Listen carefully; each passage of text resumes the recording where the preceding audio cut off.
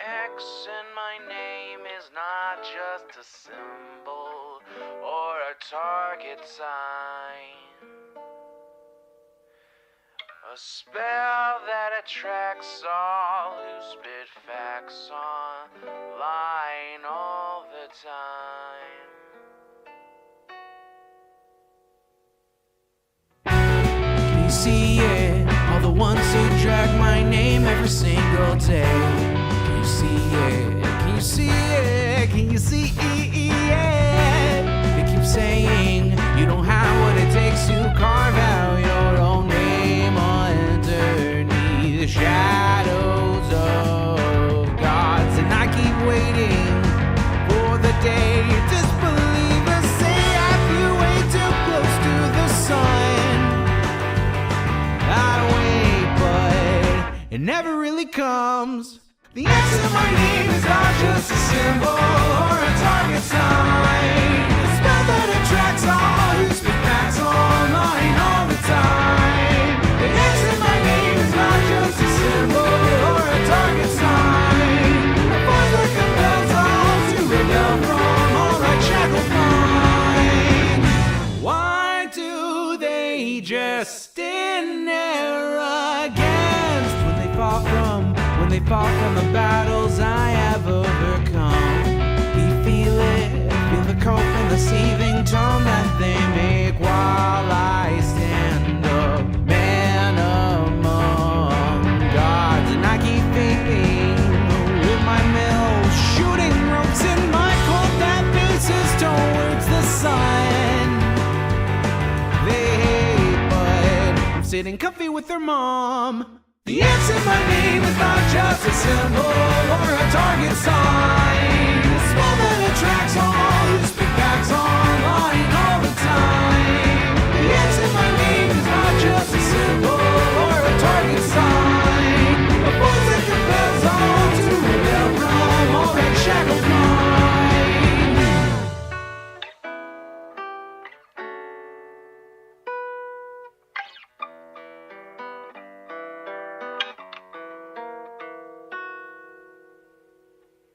The X in my name is not just a symbol or a target sign. A spell that attracts all who speak facts online all the time. The X in my name is not just a symbol or a target sign. A force that compels all to rebel from all right shackled minds. It's you and me, your mom, it's me. I'll take another hit from my name. You'll see now, watch me not now, punch your face now. Show you how.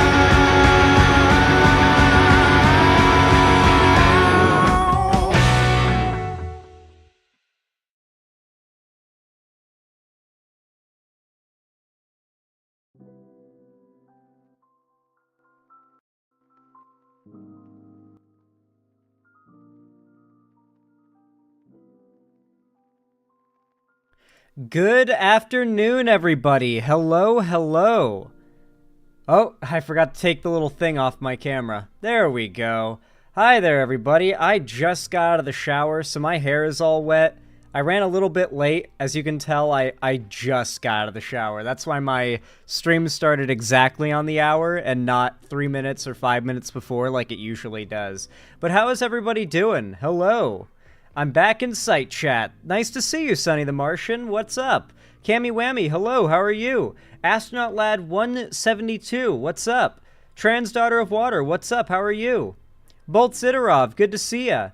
Vosh is doomer posting saying that Kamala Harris is going to lose the election, and he's also saying that she is pandering to the right. Man.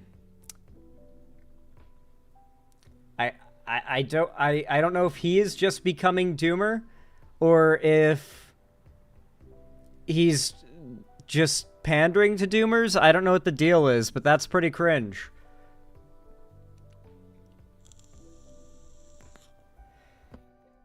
Howdy, Sand. How have you been to a pumpkin patch yet? Unfortunately not. No, I have not been to a pumpkin patch, but I really would like to. That does sound fun. What's up, Sonny the Martian? Redo? Tostito Man 9000, good to see ya. War Penguin, how you doing? Perry Icefire, hello. Straw Hat Monty, how are you doing? Frutterbug, welcome. Hello.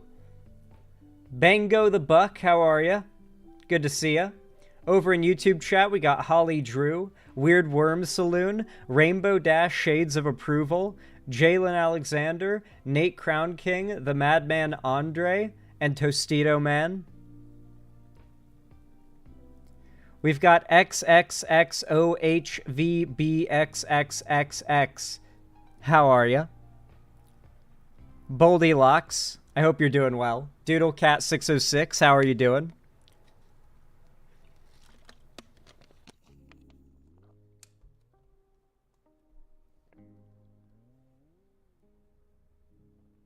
I got myself a sub since it expired today. Nice. I really appreciate that. As a matter of fact, it's a very good way to start the stream today. I really do appreciate it.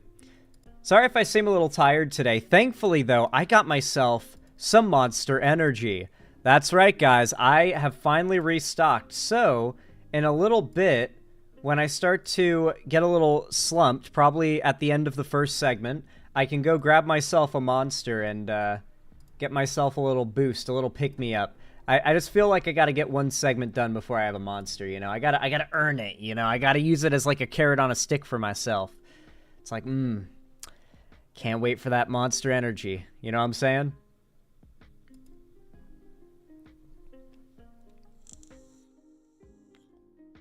I was looking forward to selling my old Nintendo DS for some extra cash, though plans changed at the last minute. Aw.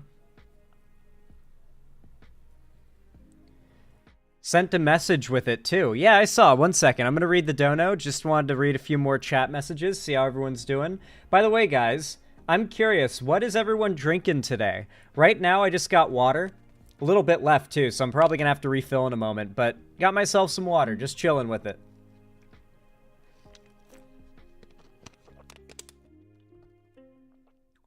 Diet Pepsi, Red Bull, Coke and vodka, Pepsi, pre-workout, water, lemonade, Gatorade or Propel, the blood of your enemies, a fuck ton of Mountain Dew, strawberry banana smoothie, water, iced coffee, ooh, yummy, water, conservatard tears, about to crack open a Monster too, orange juice, nothing, Kirkland water, The Void, bleach Arnold Palmer, water, I'm gonna go get some water, I need some, good snake lover, hydrate before you dehydrate. Water, water, tears, molten salt. I don't believe that. I don't believe you can handle that. I'm going to be real. I don't think you can handle that.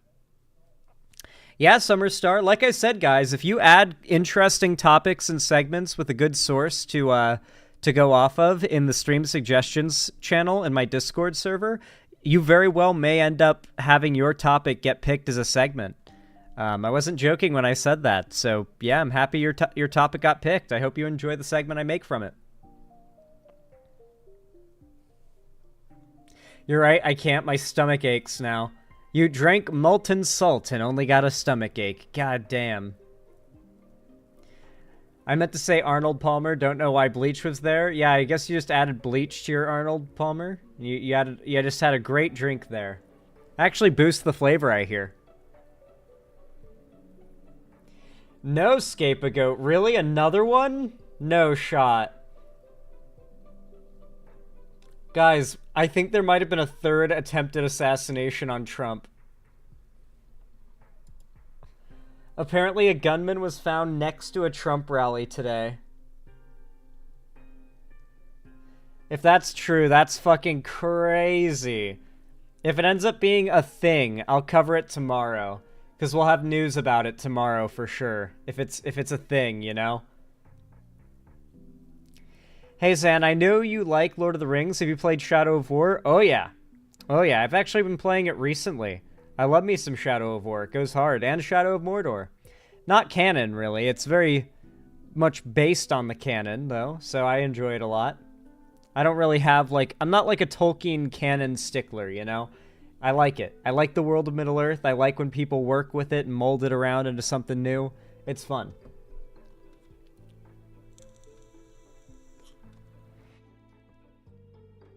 Turns out third time was not in fact the charm. Yeah, true.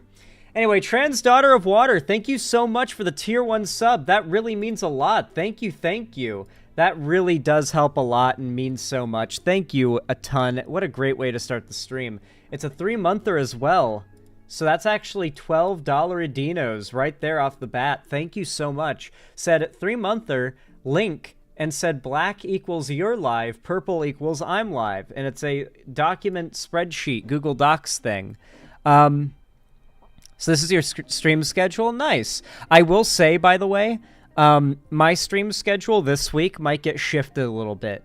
I realized that I stream today, and I stream Monday, and then I have Tuesday off, and then I stream Wednesday, and then Thursday, but that would leave me with Friday off, which is stream watch party day, and we can't have that.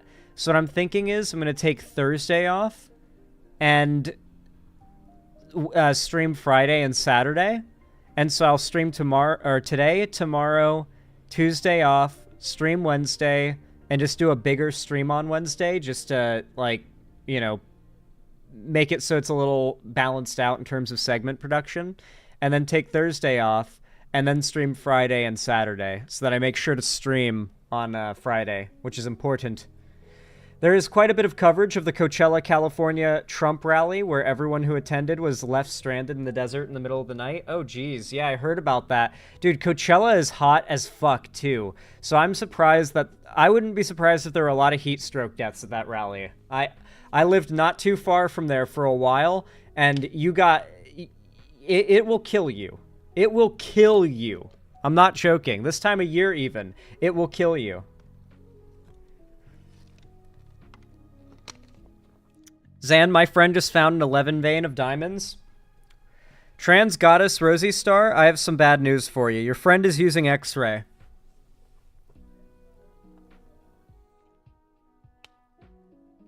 I watched Rings of Power because of you, and it's good. I'm glad that you liked it, and I'm glad you watched it and gave it a chance. Are you going to do a stream on Election Day? Nah, I think I'll just take the day off on Election Day, honestly. I think on Election Day, instead of just, like, keeping up, yeah, I'm just going to take the day off, chill, you know, play some video games, you know, just chill out. No, of course I'm going to stream on Election Day. Of course, yeah, 100%. I'm going to do as long of a stream as my body will let me manage on Election Day. I want to make sure that I'm awake and live when we know who's going to be the next president.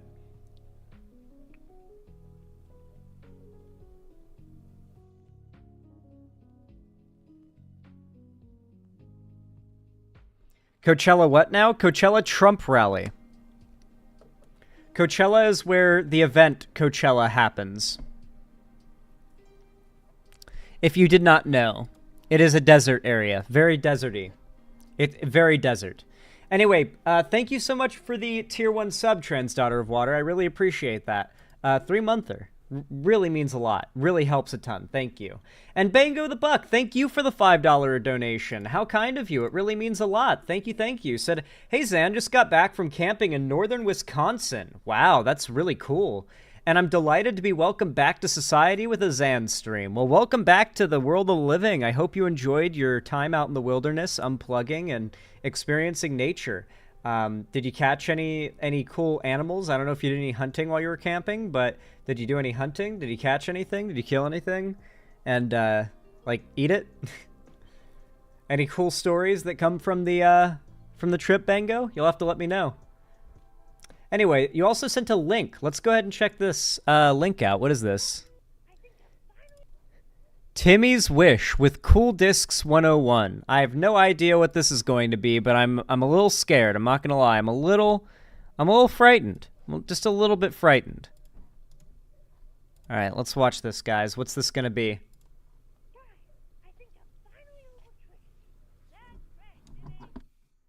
Why is it so quiet? Oh yeah, because the volume's just so low. Guys, I think I'm finally over Trixie. That's great, Jimmy. Why are you telling me that?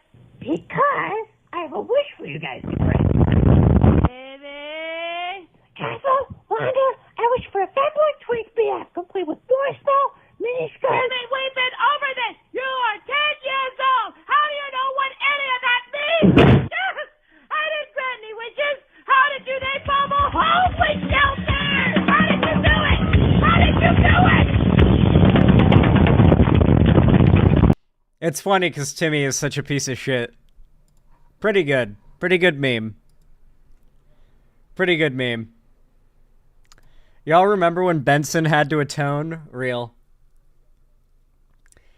Timmy Turner is not a femboy. Timmy Turner wanted a femboy. And Cosmo's like, you're 10 years old. How do you know what any of this means?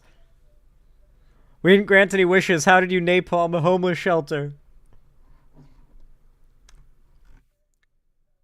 God, my nose. It be itching from the dry skin today. Xanderhall, it turns out Kamala is kicking ass with early/mail-in ballots expected. As for Vosh, he basically is both pandering to Doomer and is Doomering himself. Yeah, I don't really care too much, to be honest. He can do what he wants. I did try to, like, have a debate with him, even a fairly, like, cordial debate, despite, like, multiple reasons why that might be being way too charitable to him. And he didn't want to do it. He got all mad. He like I gave like a 2 and he gave like a 10. He over-escalated.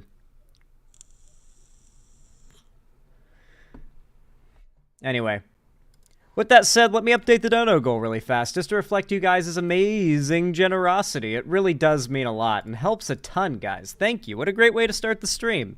You guys have been so kind. By the way, if you want to support me and help me out, and you don't want to, or don't have the money to donate, you can actually help me for completely free, and support the channel for completely free by simply dropping a like. Every thumbs up on the stream and on my videos, no matter what, when, or anything, it really helps the channel a lot. It makes sure that YouTube is, like, constantly reminded that my content is relevant, and it pushes it in the algorithm actively with every like, every comment. So I really do appreciate it, and thank you to everybody who goes out of their way to hit that like button. Really does mean a lot. It really is what helps to keep this channel going, and I really do.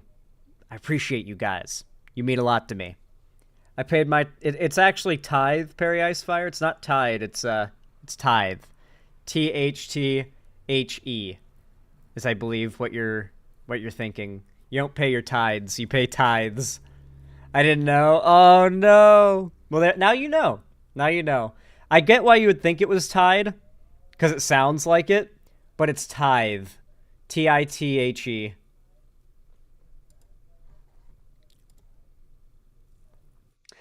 Based Wisconsin moment. I crashed Satisfactory yesterday by accidentally blowing up 200 bombs at once. Jesus Christ. Well, I hope that was fun, Snake Lover.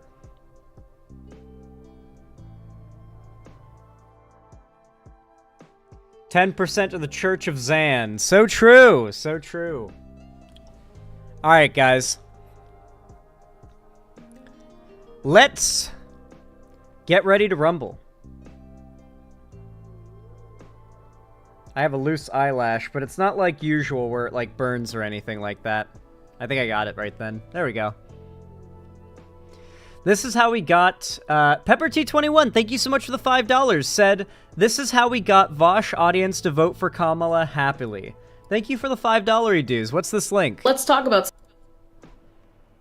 some strategies we can use to win that Gen Z vote. So personally, I think we get on Wattpad, I think we get on AO3, and we write some really crazy smut about her, like Omegaverse type shit, where she's the dominant alpha who impregnates Trump, and we make merch saying dominant alphas for Kamala. I don't think anything could have prepared me for that suggestion. Maybe that's something we circle back to. Conservative voters would hate Trump being portrayed as an Omega. This could work in our favor. Got it. Any other suggestions? Yes, so I think that we could turn her into an anime protagonist, and we get a bunch of big titty anime girls to say things like, "Kamala-chan is so cool. I wish she would hold me in her strong arms. Just thinking about it makes me want." Jesus Christ, stop him. He was just getting to the good part. I would love one semi-normal suggestion that won't haunt my dreams. Kids are into gnomes these days. Is she opposed to dressing up like a gnome and crawling around the floor of an abandoned mall? I don't know. Maybe. Let's talk about some strategies we can use. That's how you win the Gen Z vote. What can I say? That is how you win the Gen Z vote. That's just how you do it. It's how you do it. I don't know what to tell you. It's how you get our vote. You don't do those things, you don't get my vote. Simple as. Simple as. I'm not repeating that. Hit the mat. I'm just not repeating it. Anyway, thank you for the $5, Pepper T21. That was a good video. I appreciate that that meme recommendation. That was good. That was very good. Thank you. Very based. Humanity was a mistake? It was indeed. It was a little bit of a mistake, I won't lie. Yeah, it was a little bit of a mistake. Just a little bit. Just a little bit. Dude, apparently Mount Adams, which is near me. I don't know if you guys know this, but a volcano in my state that hasn't been active since the Stone Age might be considering erupting. It might be considering it. And when you get a look at it, you might understand why that's a little concerning. There might end up being our own little statewide disaster coming up in Washington. Who knows? We can do a quick stun lock to look into this real fast, just because I'm curious to see what's going on here. Whether or not this is a real problem, or if people are just kind of overstating it. And what is this week's top story? Something unusual is occurring at Mount Adams, a glacier-covered active volcano situated in south-central Washington state. As, during the last month, the rate of what are referred to as volcano-tectonic earthquakes underneath its edifice has dramatically increased to a rate 180 times higher than what is normal. While typically Mount Adams would experience a single volcano-tectonic earthquake about once every 2.5 years, the last month has instead seen 6 such volcano-tectonic earthquakes strike underneath its edifice. For context, this is still a low figure when compared to other regional volcanoes, but is still, regardless, quite a development for a volcano that many geologists, including myself, place near the very bottom among Cascade volcanoes in terms of odds of producing an eruption by the year 2100. This activity caused the U.S. Geological Survey to release an information statement regarding the situation, alongside quickly placing 4 additional seismic stations near the volcano, with the latter being important in case very small magnitude earthquakes were previously getting missed. However, I am not of the opinion that these events are likely related to the movement of magma, although it is possible. I say this for 3 reasons. A lack of recent ground deformation, the fact that Mount Adams's magma chamber is off-center to the east, and yet the earthquakes are clustered on its western side at a minimum of a mile too shallow to be likely associated with magma movement. This suggests several possibilities, ranging from slow, undetected landslide creep, magmatic intrusion, or non-magmatic activity causing increased heat flow into the volcano's hydrothermal system, to possibly a correlation with at least decade-high rainfalls the volcano experienced earlier in June and July, seeping into the ground and generating earthquakes. Regardless, for now, Mount Adams is rightfully remaining at an alert level of green or normal, as well unusual. No true definitive volcanic activity or new and fresh magma has been detected. Okay, nothing to worry about. We're all good, guys. No worries. Pacific Northwest Mordor has been averted. Can my...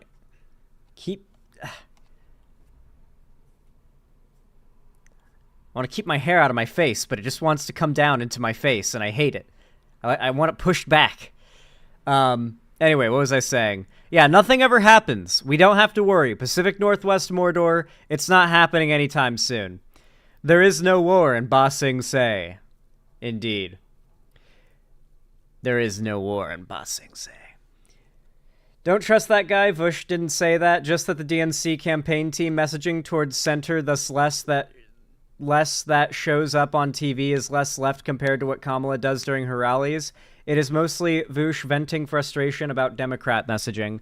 Okay, well, I mean, I don't really care, but at the same time, that's not really what they're doing, too. They're not, like, messaging to the center so much as they're messaging to the voters.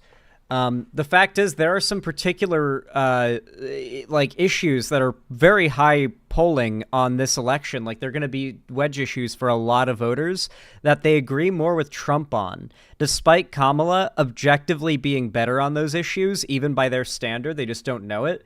And so the Democrats have sort of a prerogative to inform potential Trump voters, or people who are going to vote Trump that could be potential Kamala voters, that, let's say, if they found out Kamala Harris is not, in fact, going to have us have an open border, they might be willing to vote for her, right? Because obviously no Democrat is running on the concept of a complete open border. You know, that's not a thing in the U.S. That's not a thing in mainstream politics. Hell yeah, Bango the Buck. I hope you had fun fishing. Caught and released a few largemouth bass. Hell yeah, good catches. How big were they? Just curious if you got any big catches. Anything you feel like bragging about? Hell yeah, brother. Dude, I would love to go to Yellowstone someday. I've never been to Yellowstone National Park. I would love to go there and, like, see a geyser one day. I always wanted to go to the La Brea Tar Pits in LA, and I never went there. So I've never seen, like, geological activity with my own eyes, if that makes sense.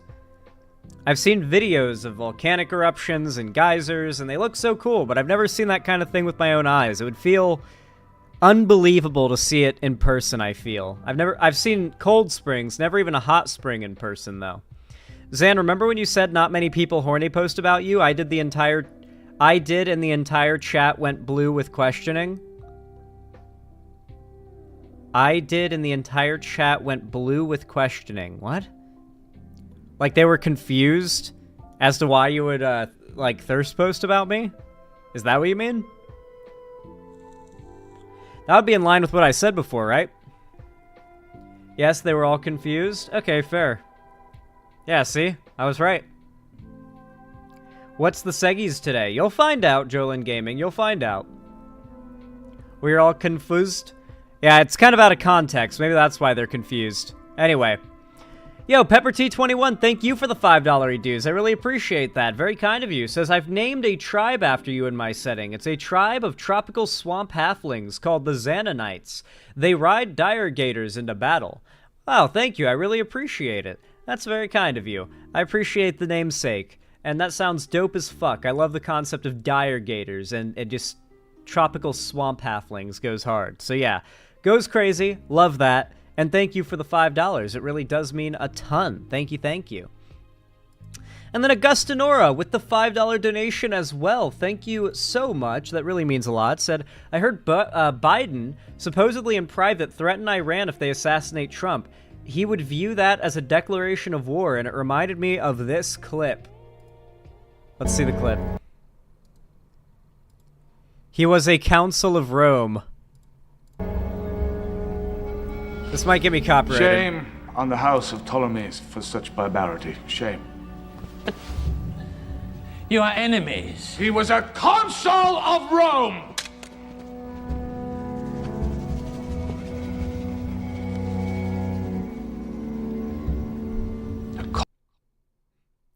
True.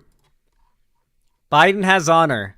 Trump doesn't have honor. He would never do the same thing for Biden, obviously. But the Democrats have honor, while the Republicans do not. It's really that simple. Like, conservatives see honor as a weakness.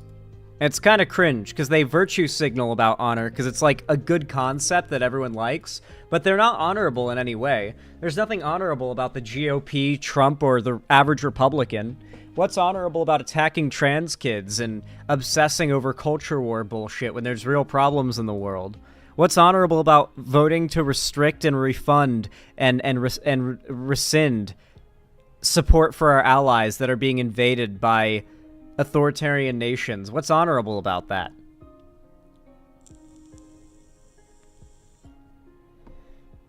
Did you see this SNL skit? It's pretty funny. Are you trying to nuke my stream, guys? I let one exception through because it's short, and you guys are like, oh, okay, Zan's letting us nuke his stream now.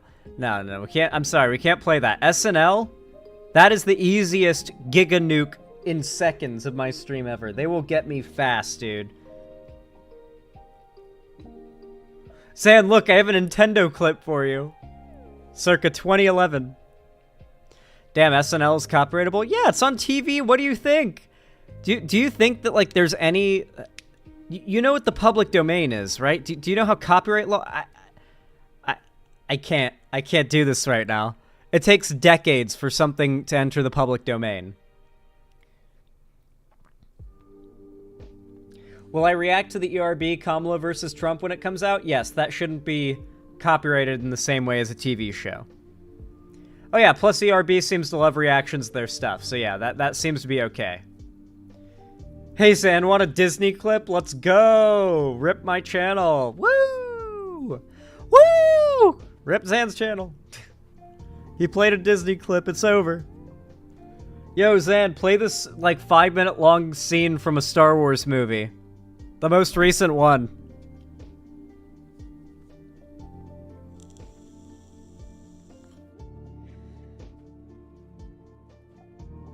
It depends on how good the lawyers are. Disney and Mickey Mouse are a special case, TSW Shadow Wolf.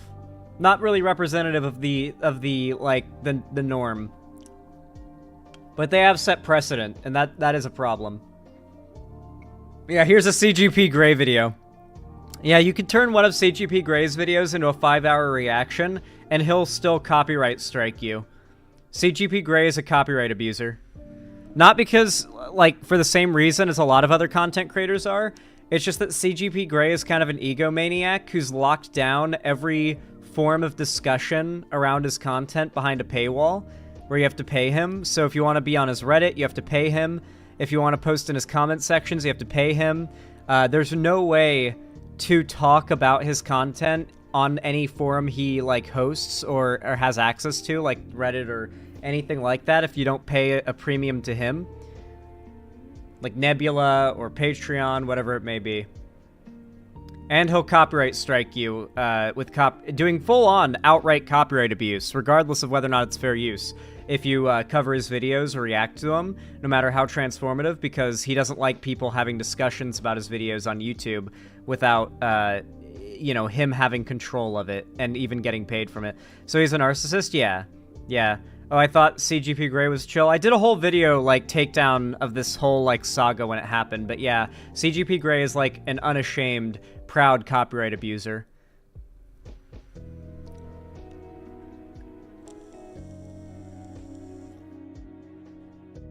Hey Zan, play Pal World, the least controversial game? Yeah. Two things CGP Grey and Andy Pants Gaming have in common. They're both massive pieces of shit and love abusing copyright. True! True. CGP Grey makes amazing videos, though, but yeah, the copyright abuse is really shitty, and I don't like that. I get he puts a lot of work into his videos and everything, but if someone does a reaction video that's genuinely transformative, you can't go abusing the copyright system to take it down because you don't like it. I did not know that about CGP Grey. Yeah, well, now you do. Now you do. Anyway, with that said, guys, let's start with segment number 1 of the day. Actually, you know what? I ran out of water. And that's bad, because I gotta hydrate before I dehydrate. So I'm gonna run and grab a water and a Monster Energy. And I'm gonna give myself an early energy boost before I even start the first segment of the day. I hope you guys don't mind, but it's gonna make the whole stream all the better for it anyway. So you guys probably won't be too upset. So I'll be right back, guys. I'm gonna grab myself a water and a Monster Energy. Don't go anywhere and stay tuned, because I'm gonna be right back. Stream is not over.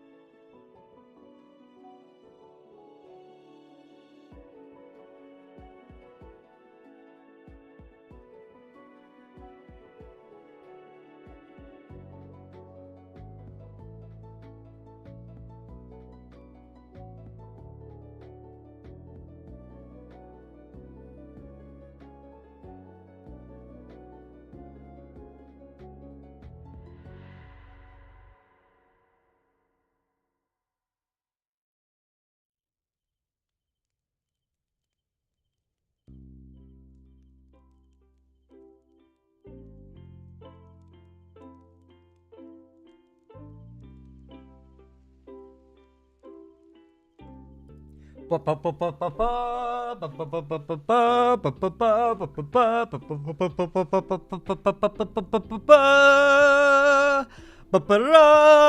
guys, I am back, and I've got my monster and I've got my water, so we are in a good spot right now, I must say. God, I really need a haircut. I really do. Look at my hair, dude. Look how out of control it is. Just get up and off my head, forehead, and I just want it to stay up, you know? I just want it to stay out of my forehead, but I also don't want it to poof up too high. But I can't do that because I've got too much goddamn hair. Guys, I should just shave my head. I should just go with full military buzz forever. I don't care what you guys think. It would be way more manageable for me. What's up, Heavy Gretel? Good to see ya. No, I know you guys would be upset, but it would be so much easier to handle, and I wouldn't have to go to the barber, dude. It'd be so much better. It'd be so much easier to deal with. There's a reason the military opts for that just basic buzzed haircut. It's honestly worth it. That's what I feel, Bango the Buck, but then again, I have been blessed with very thick, flowing hair, so maybe I can find a way to work with it. Who knows? Yeah, the Nikocado cut. I am definitely going to get a haircut soon enough, yeah. I've been putting it off, but I really do need to get a haircut. I really do need to be getting one. You're not wrong. What if your skull ends up being a weird shape? I think my skull's a pretty, like, normal shape, especially because my jawline. Like, look at this jawline and tell me my skull is gonna be a weird shape, okay?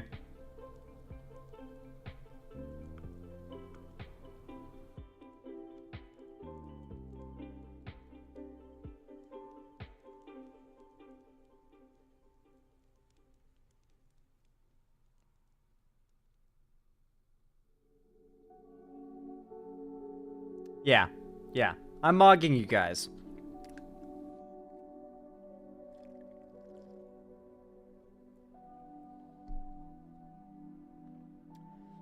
Yep, looks like a retard. Oh, do you have no chin? Are you mad, buddy? Are you mad because your genetical makeup came out with you having absolutely no chin? You got a water slide that leads straight from your lips down to your Adam's apple? Tough scene, man. I'm sorry. Maybe if you mew a little bit more, you'll be able to develop some chin bones. What can I say? Hashtag Zanmogged. True. Genetical. Yeah, your genetical makeup is all fucked, bro. You lost the genetical lottery. Yeah, there's always dumb fucks in YouTube chat. Always assume if I'm talking to someone who can't see it in website chat, I'm talking to some weirdo in YouTube chat. Alright, what should we start with today, segment-wise?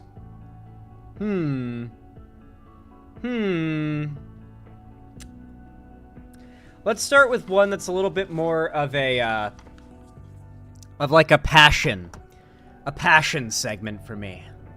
One that I have been quite excited for, because it gives me the chance to rant about something that personally upsets me a lot, okay? A whole bunch. Google search.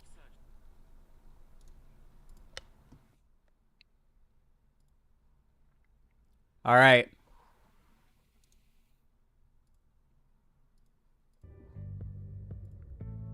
You all know what to do when I say action, right? 3, 2, 1, action. All right, guys. So, I am really happy right now. Like, really happy that I get to make this segment. If you've watched me for any amount of time, then you know that I've been complaining a lot lately, like for years now at this point, about how it feels like there was a time when you would look something up on Google or YouTube, which is part of Google, and you could honestly put like 2 or 3 keywords related to what you were searching for, and YouTube or Google almost seemed to magically know exactly what you were looking for.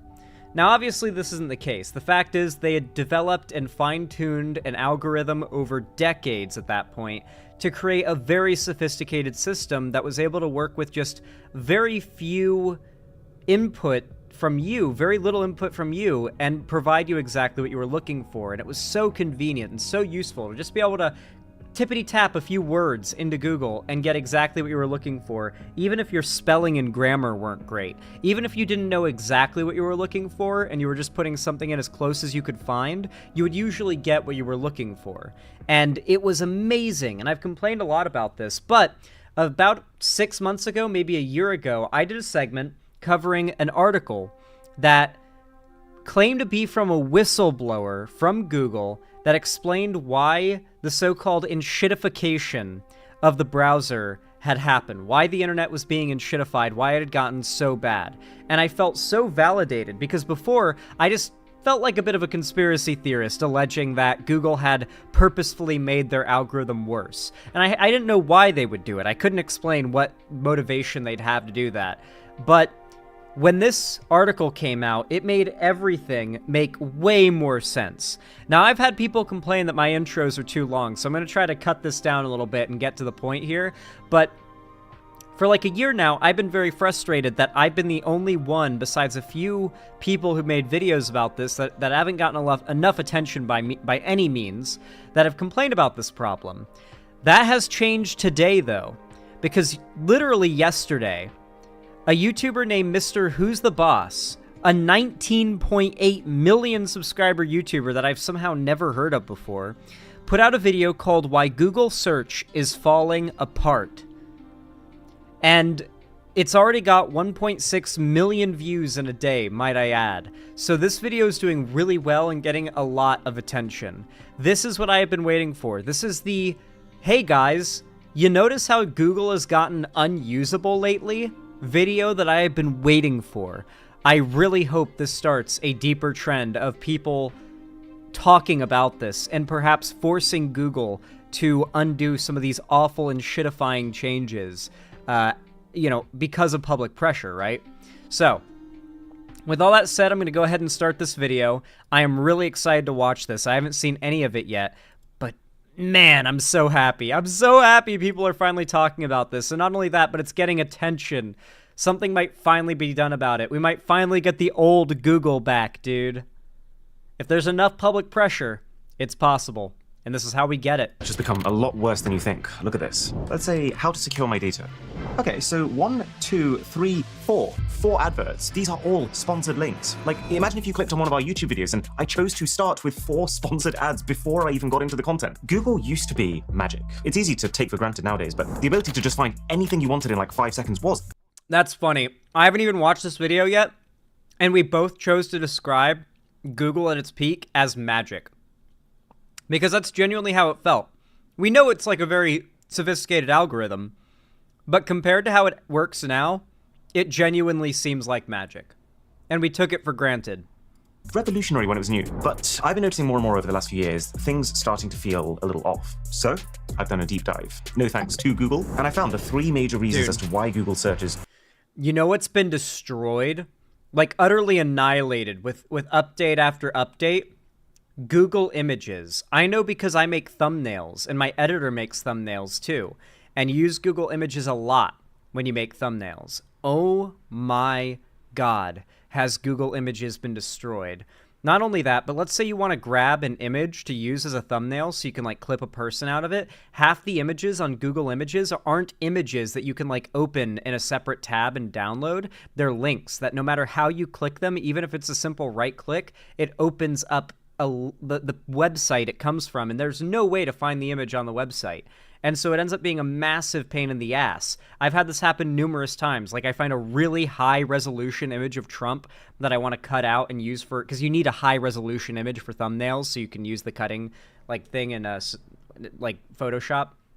I almost said Sony Vegas. That's the that's for video. You want a high-resolution image, and sometimes those things just open up to a web page the second you click them. I hate it, dude. Yeah, fake PNGs. And you know what's made it even worse on top of all of that? AI. You'll look up a concept or, like, landscape image or just anything. Like, look up images of like, a fictional monster or something like that, and half the results are AI-generated. It's so fucking bad now. It might be the most obvious area, the most unusable, like... Google Images was so good, I used to use it to find memes.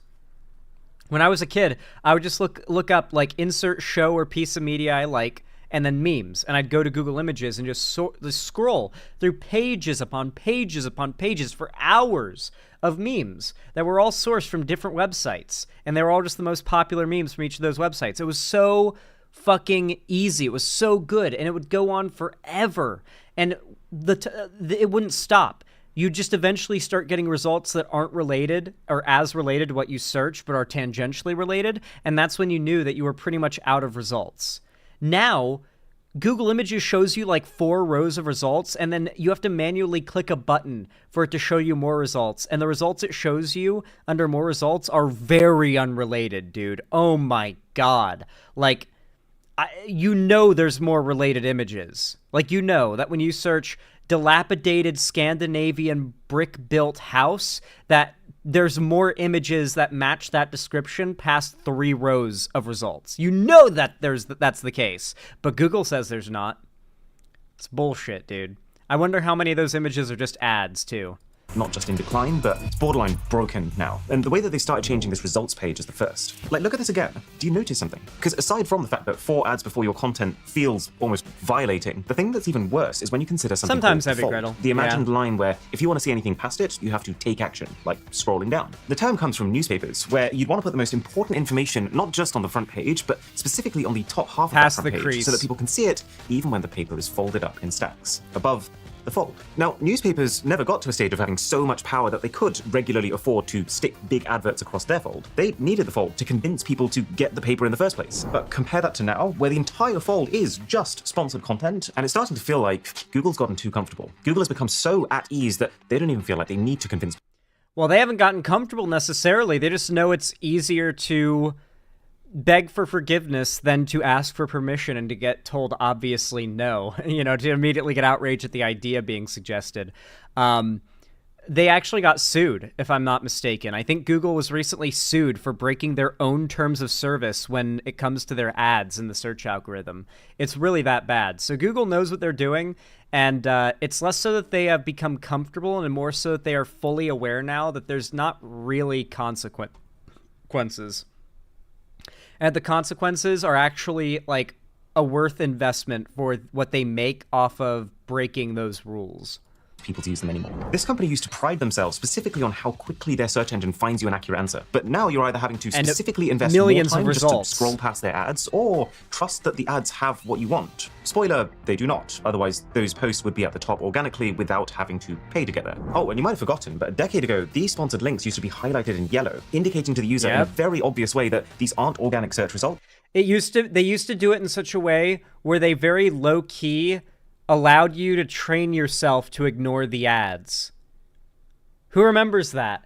Back when you would search something and they would just always, it would be like one. This is like when it had already gotten pretty bad and you'd have multiple sponsored links in a row. But like when I remember 11 or 12 and I would very frequently use Google, there would be like one sponsored link halfway down the first page of results when you'd search something. And it would be highlighted like this in yellow. So you'd be trained to just like glaze over and not pay attention to the thing highlighted in yellow. Of course, that's not a thing anymore. They made it basically impossible to just scan and see what's an ad and what's a valid response. You have to add like Reddit to your search if you're searching up a question to do with like anything now. Otherwise, you won't get Reddit as a result, even though Reddit should damn well be the top results. And it used to be the top results. So that you could just filter them out. And sometimes they were in their own cordoned off section to the right of the results. Not anymore. Now the sponsored search results look exactly like the genuine search results, apart from a tiny little, much less obvious sponsored text. And all of that is just for when you're searching for answers. Look what happens when you start searching for products. So I've been doing a lot of searching recently for a new chair. Wow. Yet again, not a single organic result. I am fully convinced that your mic gets listened to by Google as well. And I'm sure there's somewhere in their, like, thing, in their, like, agreement where they admit to that. Because the other day, this was like months ago, I was in a call with friends, and I was just talking about, I'm thinking about getting a desk. Now, mind you, I hadn't been looking for desks or anything. I hadn't been Googling desks. I hadn't been searching for anything of that sort. But I just mentioned getting a desk, and that I might consider getting one. And then a little while later, I opened up Amazon to go to Prime Video so I could watch Rings of Power, and me and my buddy were there, and this was the same buddy where I mentioned getting a desk, and I was like, wait, dude, do you see that? Like a whole line of suggestions of desks. And I'd even specified I wanted an L-shaped desk, and they were all L-shaped desks. Mind you, I had not done any Googling of the sort for these things. I had not done any shopping online. So this was only verbally said to a friend over Discord. That shit bothered me. That bothered me. Because it could have been coincidence, but, man, I don't know what that was, but it was something. In sight, but instead an entire carousel of shopping ads. And I think there's something particularly interesting happening with these shopping ads. And I'm not even talking about the fact that, no, it's not just you. These product listings are taking up more real estate on the results page nowadays than they used to. They are 34% bigger just compared to 2021. But it's not even that. See, I do a lot more internet shopping than most people. For one video, sometimes we're buying 20 products. It's so much uglier now in the layout, too. And it's a little hard to prove. It is really starting to feel like with shopping, Google is specifically making the organic search results bad to make the best way to shop directly from the ads. Like whenever I'm searching for something specific, like let's say I was trying to find the thinnest mini fridge to fit a particular space in my room. Thinnest mini fridge. They want you to click the results that pop up as sponsored. sponsored. A fridge that's not too big and is thin. So the sponsored results are spot on. Google clearly understands what I'm looking for. So what happens when I scroll down and look at the organic results? Okay, first up is Amazon. And nope. None of these products. Okay, so let's go back to Google search and just scroll down. Nope, that's not it. That's not it. Nothing here is it. Every one of these fridges is short and wide, which is not what I was looking for. This is puzzling, right? When I've said Google knows what I'm looking for and is deliberately hiding it to force me to stun lock and spend as much time as possible looking, I'm not joking. That's not me just assuming malice on the part of Google because I'm having a tech issue or whatever or can't find something. Google is literally like, oh, you want a tall mini fridge? Here are some short, wide mini fridges. In all the results that aren't ads.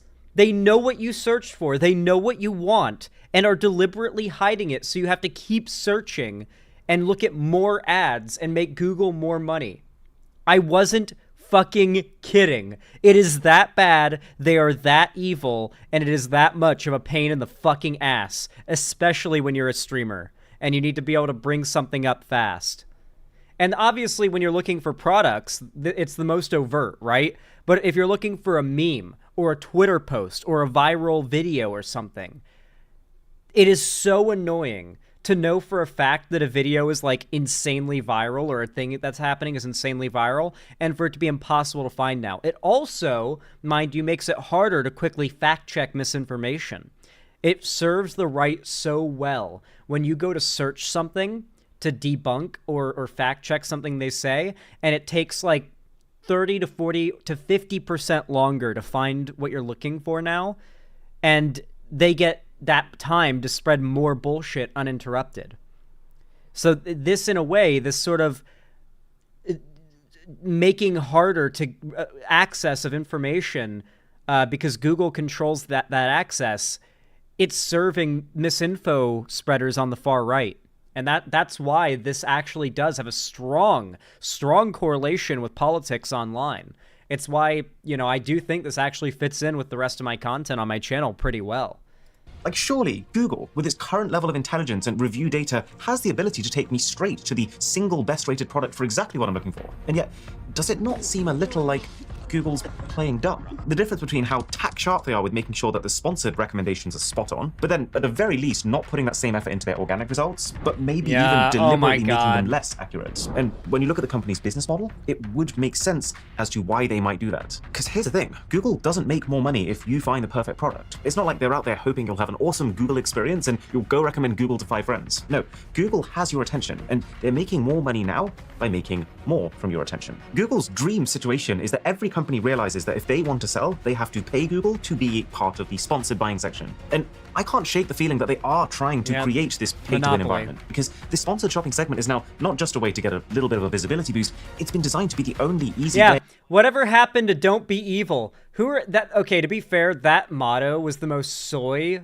fucking shit ever. That is the most soy tech bro millennial shit I have ever seen, is them putting that plaque on their wall in their offices that simply says don't be evil. It's like, yeah, the biggest corporation in all of the internet space totally follows the rule of don't be evil. I'm sure there's not a single employee at that point at the company that wasn't working grueling overtime and getting underpaid, I'm sure, come on, come on, right? Yeah, we're not buying that. No one ever bought it. It was a soy millennial tech bro motto, in line with the kind of shit Elon Musk spews to make people think he's a special guy, just a special guy who really cares about people. For users to shop on Google. Like, for example, let's see what happens when you try and search for something with a little bit more detail. So let's go back to chairs, but this time, world's most comfortable chair.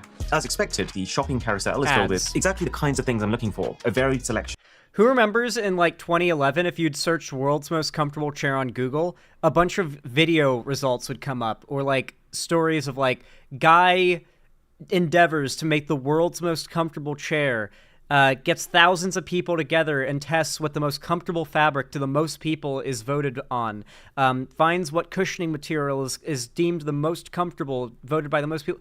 There'd be some result like that where someone is actually endeavoring to systematically and scientifically create the most comfortable chair. Now it's oh, you must be searching for something to buy. Here's a bunch of ads of all very comfortable things with links to buy them. But then scroll down and most of the search results are just articles, list-based articles, which is a separate, very big problem that I'm getting to. So I nearly thought for a second, oh, this is a good result. That looks like a very comfortable chair. Yeah, it's SEO fodder. And then you scroll down and you see, this item is available for adoption, not for sale. So I pay just for the chair to continue to exist. What the? Oh, Google doesn't even seem to care if it takes you to scam sites. So many times when I've been browsing for what furniture might go into our future home, we are recommended sites like Litfad in this sponsored carousel. Okay, so Litfad review. The fact is, they want to be such that you can only trust the sponsored links. If you click anything below the sponsored links, Google's liable to send you into a scam. Something that's going to take your money and you're going to get nothing out of it. And so they want to train their users. The only trustworthy results when they search for something to buy is what Google shows at the very top as a sponsored result. They're literally using punishment for not clicking ads by putting scams at the top of the results that aren't ads, as a way of creating a understanding with its user base that you have to click the ads or you might get scammed. That's wild. Trustpilot's at the very top, and warning, this company's trust score is currently unavailable due to a breach of Trustpilot's guidelines. This company has been pressuring people to change or remove their negative reviews, and even then, it's primarily 1 star. Okay, so Litfad is a scam. Beware of Litfad's customer service. It doesn't take Sherlock Holmes to see that this is a scam company. I don't see any way that Google wouldn't know that there are companies like this that they are actively promoting. And so the only conclusion that I can draw from this is that either Google is completely overwhelmed, or Google doesn't care. If someone on Google is watching this, then correct me. Does he not know? Dude, I hope he sees this video. This is a big YouTuber. I guess he didn't really deep dive into it. He just is making a video pointing out the problem, which is valuable in and of itself, but I know exactly what happened. It's not like them being overwhelmed.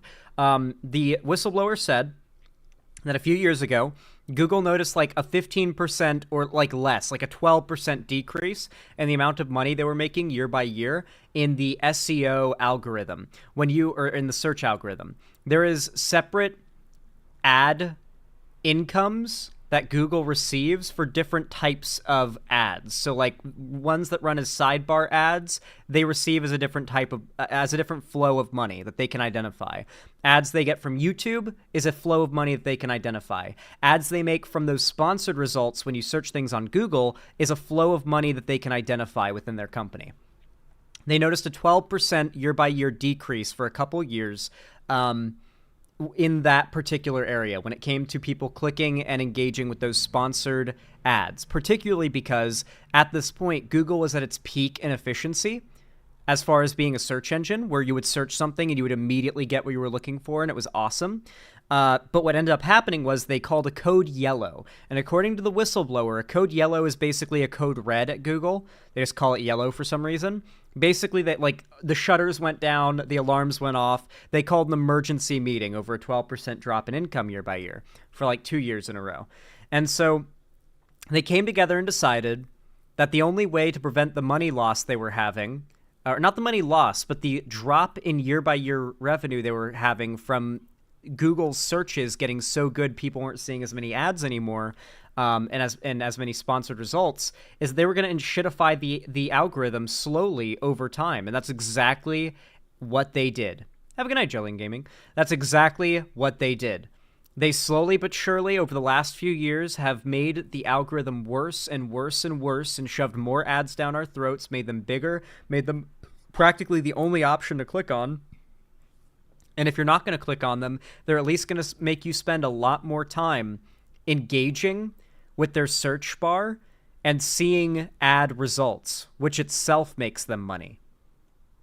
If I'm wrong, I would love to be corrected, or at the very least, promise that you're working to fix this, but it sure looks like right now, as long as a company pays, it doesn't actually matter whether they're a scam or not. They go right to the top. I can't tell you how many times I've accidentally ended up on Chatbot app or Better GPT when I've been trying to search for ChatGPT, because they look basically the same and they're just paying to be ranked higher than ChatGPT. These companies, their entire business model is basically people accidentally clicking on them. It didn't always work like this. Google, when they started out, did not used to make a lot of money, and that was on purpose. You know, there was a time when Google would receive actual fan mail. They still operate at a loss. Google has operated at a loss for a very long time.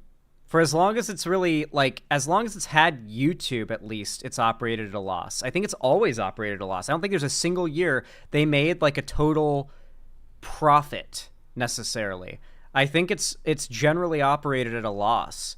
And the reason why they can do that, or the reason why their profits can be so low, is because they made an investment. And a lot of companies in the tech world seem to have made this investment. It's like an evil plan that has been decades, maybe I'd say 20 years for a lot of these tech companies in the making. And you'll notice it across the board. It's happening right now. They started out by introducing these companies as like totally free, increasing in quality, the future. There's nothing about these like Google or YouTube or the social media platforms or any of these things that would be a hang up on why you wouldn't want to join, unless it's like a personal thing. As far as the product itself, they made the content and the quality paramount as a goal. And they were even willing to operate at a loss for this. And this is why Google got a lot of support, why people flocked to Google. Their product was great, and they were willing to operate at a loss just to produce that great product. And with that great product, they secured a monopoly.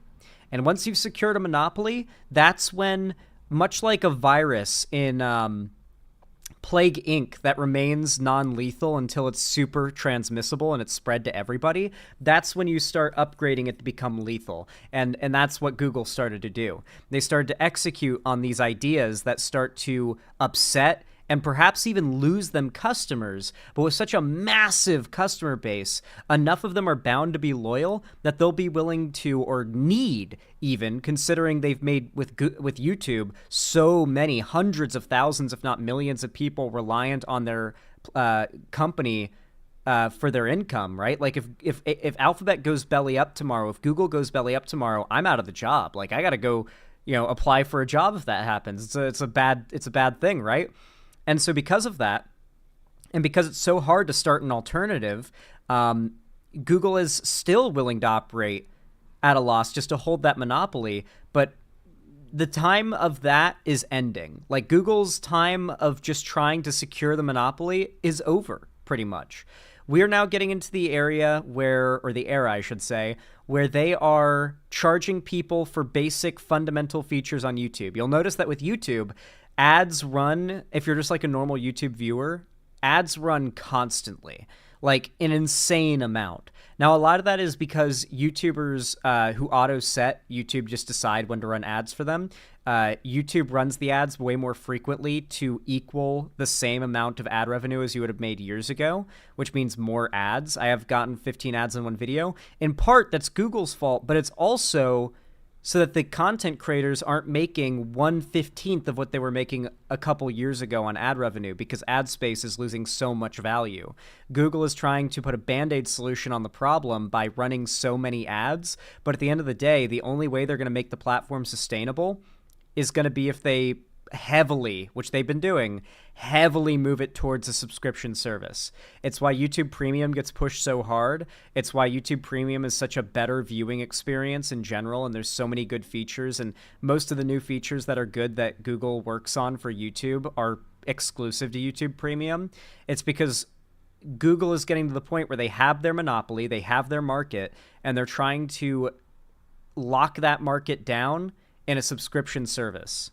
And that's just how it's going to be. That is what has been the meta for a lot of these companies in the tech space.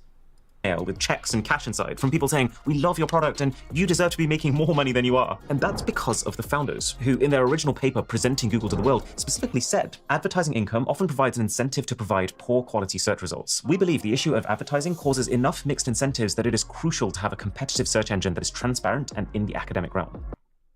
This is back when they wanted to secure the monopoly. They prioritized making a good product. They got the world to make the concept of looking something up on the internet and Googling made them synonymous, so people say Google it instead of look it up. And once they achieved that, they could do whatever they want. Like, no one else can challenge them. And yet, here we are. In Q2 2024, Google made $84.7 billion in revenue, 76.3% of which came from ads. And about 75% of that ad revenue is specifically from Google search ads alone, as opposed to YouTube ads, etc. And then even for searches where there's no product to sell you and there's no company paying to sponsor it, what does Google do? Try to push their own services and their own initiatives. Like, how many people are there on Earth? 7.951 billion. Now, don't get me wrong, if I'm looking for a quick answer to a simple question, I appreciate how... That seems low. Is that wrong? I'm pretty sure we're over 8 billion now, right? I thought we broke into the 8 billion range. Did we lose too many people from COVID? Did we drop below 8 billion from COVID? I guess it could have killed enough people. Because I feel like we just broken the 8 billion barrier, and I feel like COVID could have killed enough people fast enough. Natural disasters and COVID dropped us back down. That's crazy. We lost the 8 billion bracket to natural disasters and COVID. As of 2022, it said. Okay. I thought we hit that bracket before 2022, though. No, I think that might be right, that we lost the 8... Maybe I'm wrong. Let's find out. Let's see what he's pointing out here. How Google just goes, here you go. But in 2024... this is not the right answer. It's actually not close to the right answer. We have 8.2 billion people. And if you click into it, you can see that... Yeah, okay, yeah, that's what I thought. We're well into the 8 billion bracket then. Okay, yeah. All right, I thought that seemed wrong, because I like to think that I keep a pretty good track of how many people exist. It's kind of an important thing to just generally know. I don't know, maybe that's just something that I think is important to know, but it's something that I generally think is worth knowing at any given time. And I was pretty certain we'd surpassed 8 billion. So yeah, Google hasn't even updated the results for some of the most, like, simple questions someone could look up. Remember when Google's entire marketing strategy was centered around just getting, like, say, a boomer who's never used the internet before to sit down on a blank search page that simply says Google with a little bar below it and to search anything they could ever wonder with their heart's content? Like, hey, Grandma, have you ever wondered this or that? And you just never had anyone who would know the answer to answer that question? Just type that in there or ask it to me and I'll type it and the internet will tell us. That used to be like Google's advertising. Like, that was the way that Google, that was its selling point. That was like a big part of its branding. Who remembers those days? Who remembers that? When Google's branding was just the idea of a blank page with Google on it and a bar and the idea of just sitting down and asking the internet every question that you could imagine. Infinite knowledge at your fingertips.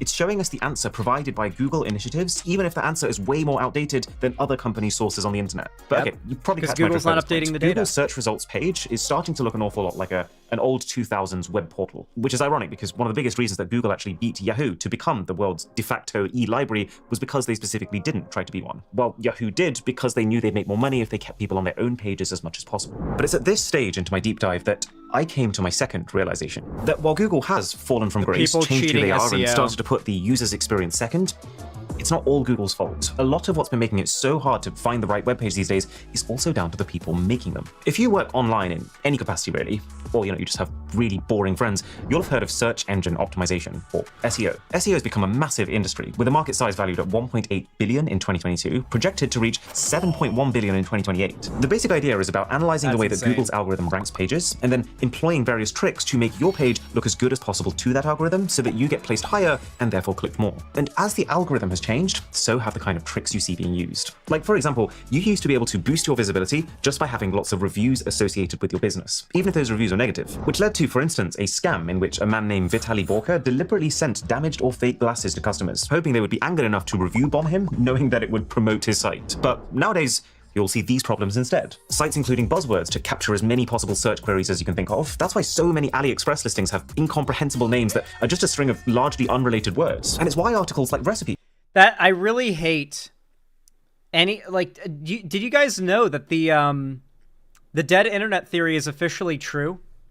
Dead internet theory is like an old thing. It dates back to like 2018 or something like that, before AI got to the point that it's even like close to where it is now, how we like associate it with being like a genuine threat to the online landscape now.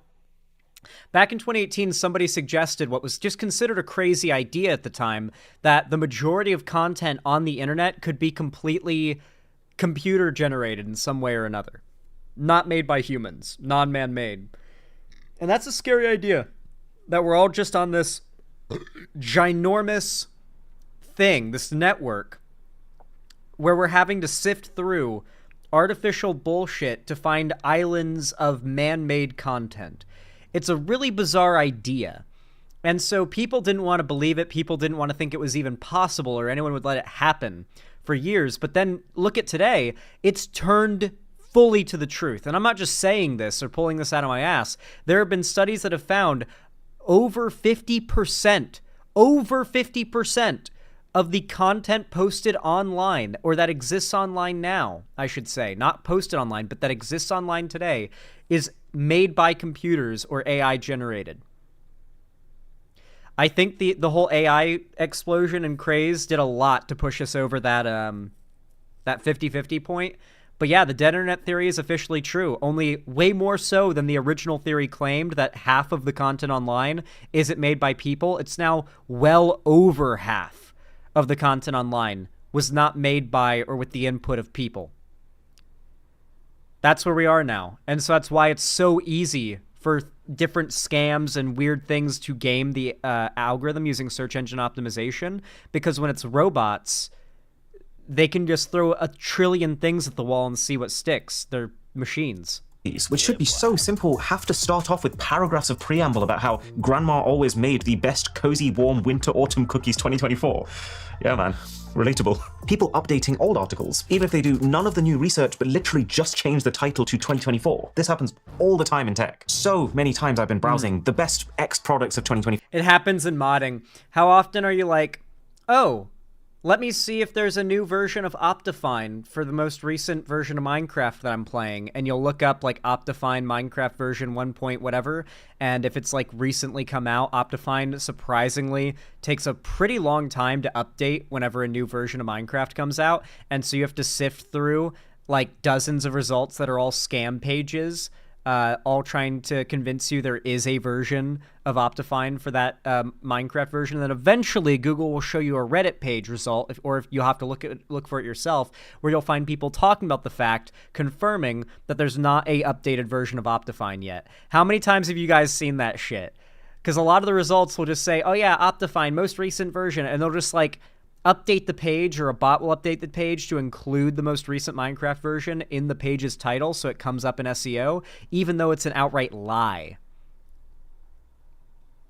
And I'll slowly realize as I scroll through the list that not a single one is from 2024. The website is effectively trying to scam me by recommending old products that make no sense today. They'll have erased all mentions of it being written in 2021 or 2022, and as far as Google rules are concerned, if an article has been edited in 2024, it's now a 2024 article. Companies, especially those with lots of ads on their pages, trying everything they can to rank really highly for searches that are totally unrelated to their brand, because they know it'll get them lots of clicks and lots of revenue. Like, why does Forbes have so many articles on supplements? Well, because supplement ads pay a lot of money. But here's the kicker. The only companies who are pumping out this much content and paying to boost their visibility as much as possible are the ones with a monetary incentive to do so. And the way they do that is being flooded with affiliate links. You can see this very much in action because there are papers showing that only a small percentage of review articles actually use affiliate marketing, but the majority of the results that come up on a search do use affiliate marketing. And that means it's got to a stage now where searching for the best of basically anything is pointless. Almost every single article is a top 10 of products, not selected based on their merit, but in fact just whether or not they'll get a kickback when you buy them. How many times have you reached the #1 recommended product in these lists, only to find that it's clearly an imported product from China being sold for multiple times what it's worth? I can guarantee that a large slice of these articles are written with the writer not actually having bought and tested all 10 products themselves, but instead having gone onto Amazon, searched for the highest rated products, ideally expensive ones so they can make more from the affiliate links, and spent 1 hour max compiling them into a list before spamming that list with buzzwords to try and capture. Okay, he didn't explain it too well, but let me explain what an affiliate link is. So on Amazon, you can get an affiliate link, which basically means if someone uses a link that you create to buy something, like let's say, for example, I have an Amazon account and you're thinking about buying something. If I send you the link in a special way, that link that you click to buy the thing, I would get some kickback from the purchase because Amazon recognizes that it gives you rewards for no. I don't mean raycon.com/Xanderhall or something like that. That's like with YouTubers. That's what an affiliate link is for a YouTuber if you're doing a sponsorship. I'm talking about with Amazon. This is like a thing anyone can do that like it's a big problem. Anyone can get an affiliate link with Amazon if you have an Amazon account, right? Now, let's say you want somebody to, like you've got a friend who's thinking about buying something on Amazon.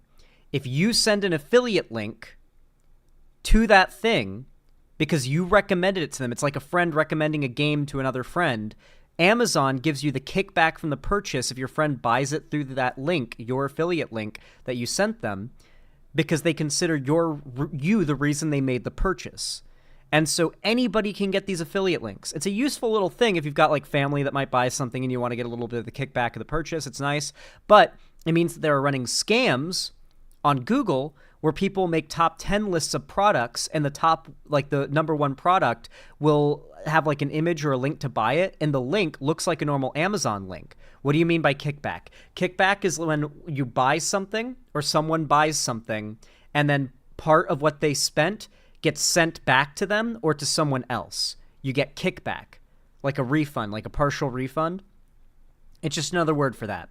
And so the friend from the affiliate who sent the affiliate link, once the other friend purchased the product through it, would get that kickback. But if you're a scammer, you would trick people into clicking on your affiliate link and buying the product, and thus giving you money through the purchase by making a list that would game the SEO on Google and come up high if you search something like best chairs, and then you make a big list page that's all bullshit, but the #1 result has an Amazon link to buy the #1 best chair, and you're all like, oh, this is the best chair. But when they click that link, they can't tell because it just looks like a normal Amazon link that it is your affiliate link. It still takes them to the page for the product and everything, so they wouldn't be able to tell. But if they buy it through that link, then you make money.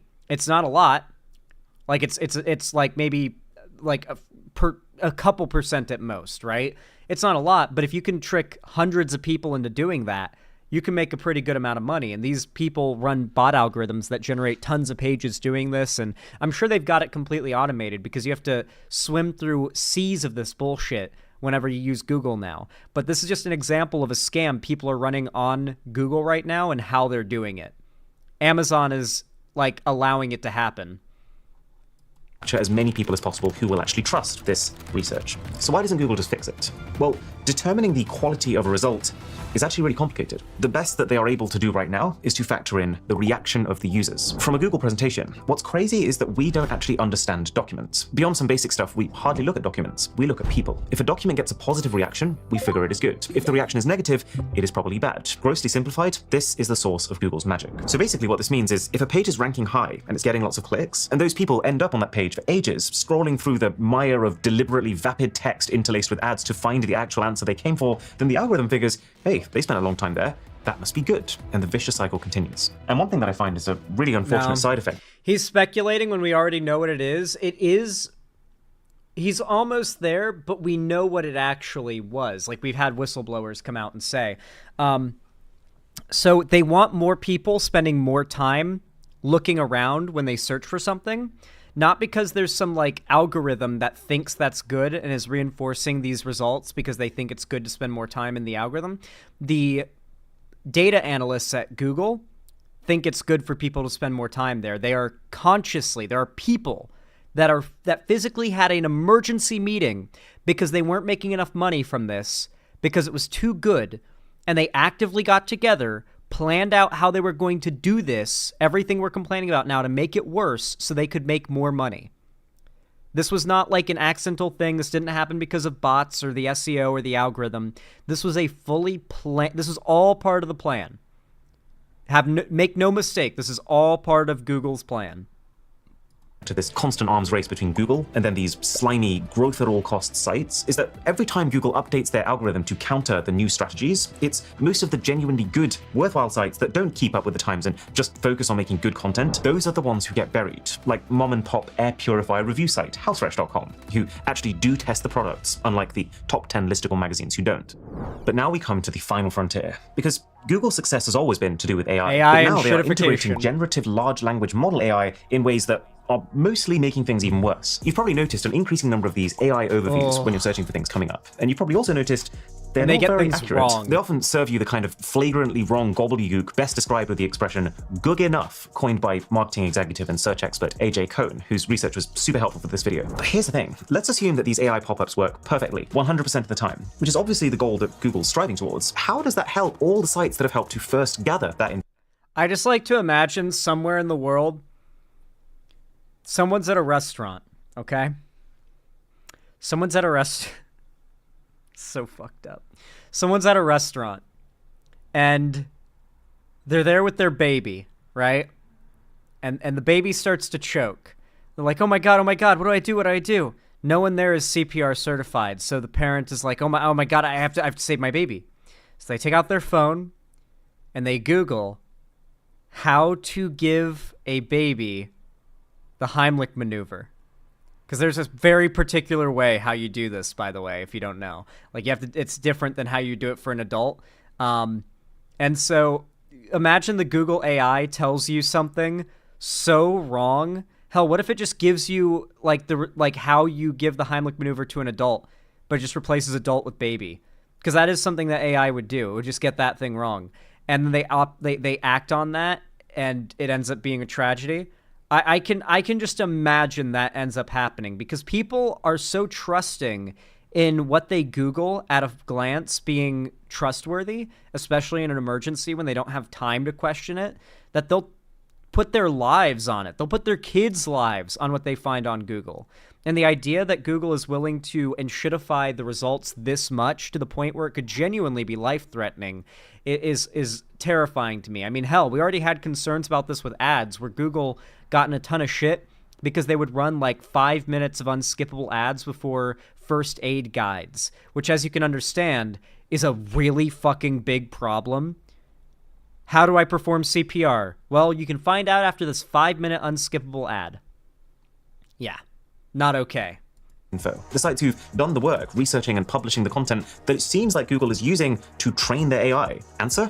It doesn't. As a matter of fact, it actually seems an awful lot like Google is trying to replace those sites. And on one hand, you could argue that, AI summaries are amazing and they're going to make the search experience even faster. But after doing all of this digging, I'm starting to feel a slightly different way. What's to stop Google from deciding to use its AI to eventually replace the need to visit any other website? So you spend your entire browsing session within Google search page itself. Nothing and then stops the only them. way to get ahead of the AI, pay for it. That way the entire time you use Google, you're paying Google in some way or another. Maybe that's not the world that Google Mind you, the current CEO of Google, good friend of Elon Musk, and lifelong Republican, if you didn't know.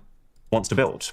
And of course, the previous CEO wasn't much better. She was personal friends with Ben Shapiro, so we've never really had a good CEO of Google in any of the time that we've been on YouTube recently.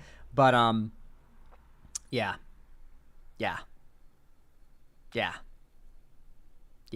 YouTube's CEO is also a Republican and friends with Elon. I forgot about that.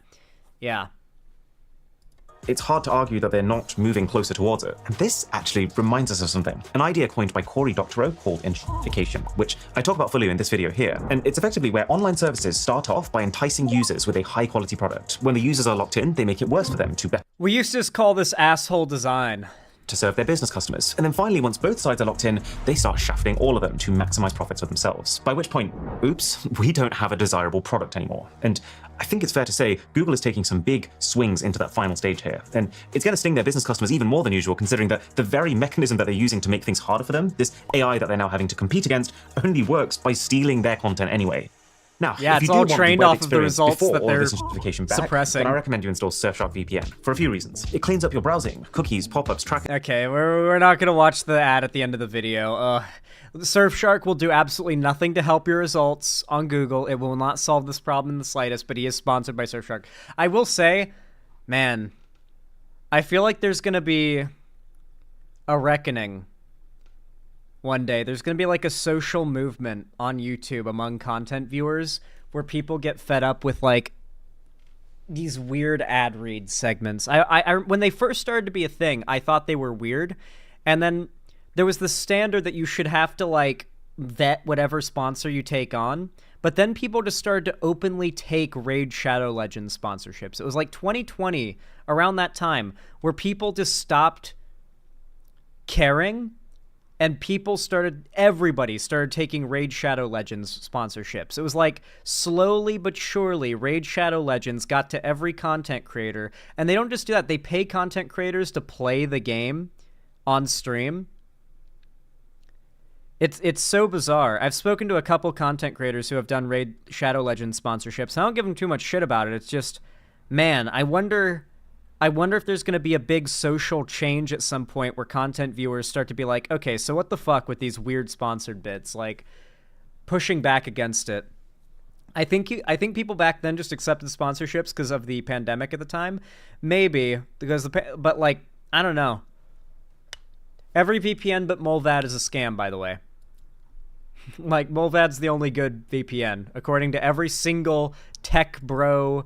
Not like in the sense that I usually use as an insult, but like tech knowledgeable friend that I have.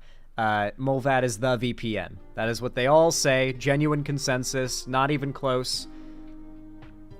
Molvad's the best, apparently. But it costs money, so not free. But so do the sponsored VPNs. They have like a free version, but Molvad is like top tier.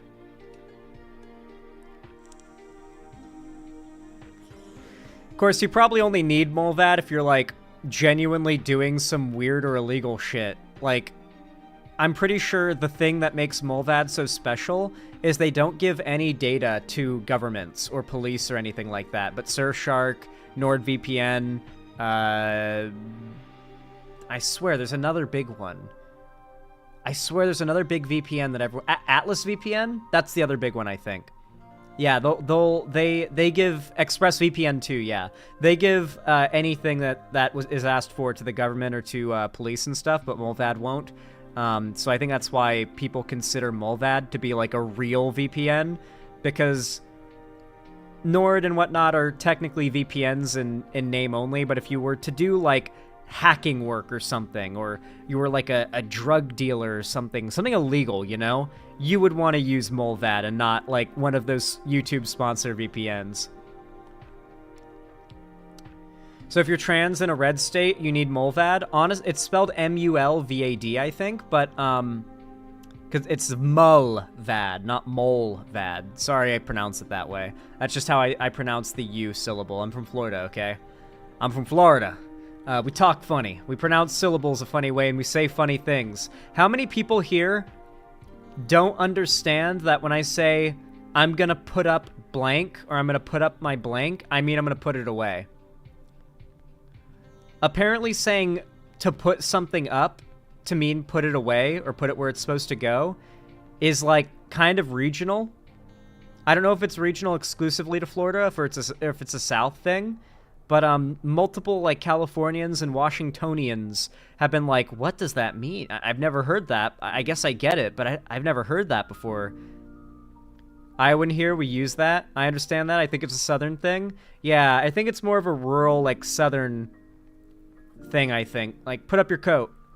Put up your shoes. Put up your binder. Put up your toys. Or whatever, right? Depends on what object you're putting up, otherwise it's old-fashioned. You'd say it about anything that you're putting away. Southern thing definitely makes sense. Well, Blue Girls, I live in Seattle. Like, I live in the city, not in, like, a rural area. So I don't meet a lot of Washingtonians that are likely to align with my Southern vibes. Are you okay? I heard a hurricane passed through Florida. Raptor engine. I love you, buddy. But you're almost half a decade behind on the Zan lore. I hate to tell you. I moved away from Florida nearly 5 years ago, I think. I think it's been 5 years, maybe. When did I... It would have been 2020, yeah. It's been 4 years since I moved from Florida. I lived in California for 2.5 years, and 3 years, and I've lived in Seattle for, at the end of this month, like around Halloween, it'll have been 1 year. I'll have been, in this place in Seattle. And I was here for a little while before, too, so, yeah, it's been like 1.5 years I've been in Seattle. So yeah, it's been 4 years total that I have not lived in Florida, but I do appreciate it. I do appreciate it, Raptor Engine. And I did cover the hurricane stuff. I've actually covered it. I've been very on top of covering the hurricane stuff, if you haven't noticed. I'm so anxious over the election right now. I've been shaking a lot unconditionally. The closer we get to November 5th, I get that, Bolt Sidorov. It's a scary thing, but it could also be something that you will feel you should have been excited for. If Trump loses... We're gonna have a good time for a while, guys. It's gonna be fun. We're gonna have a lot of fun if Trump loses. How's the Seattle freeze? It's so funny. People are not sociable here. Like, I feel like I'm a social butterfly every time I go out on the street. I'm always waving and saying hello to people, and everyone's so reserved and, like, bottled up and whatnot. The only people who are outgoing are the people who are paid to be outgoing that work at, like, the desk at stores. So I always make sure to be as friendly and nice and whatnot with the people that, like, work at stores and stuff, like cashiers and whatnot, as possible. And, I feel like it's unusual for them because Seattle and just cities in general, especially in the north, are so... Everyone's just got their own business. They're just in and out, don't want to talk to anybody, don't care about talking and making friends with strangers, but I don't care. I'll just say hello to somebody as I walk past, smile and wave a little bit. I like it.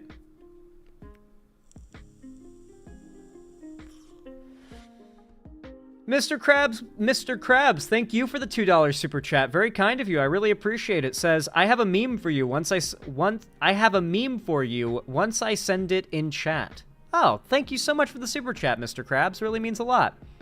Thank you. But I'm not done with the segment just yet. We gotta meme things up. So, with that said though, I want to finish this off by saying the only way that Google is going to get their shit together and undo these awful changes is with immense public pressure, like immense public pressure, because they've got a lot of financial incentive to keep fucking us, and we need to give the message that we're not okay with it, and that as long as they continue to do this stuff, we are going to kick and scream and whine and make sure as many news outlets as possible cover it.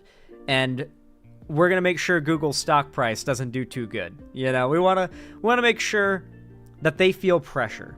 And that's going to take a lot of people being constantly pissed about this.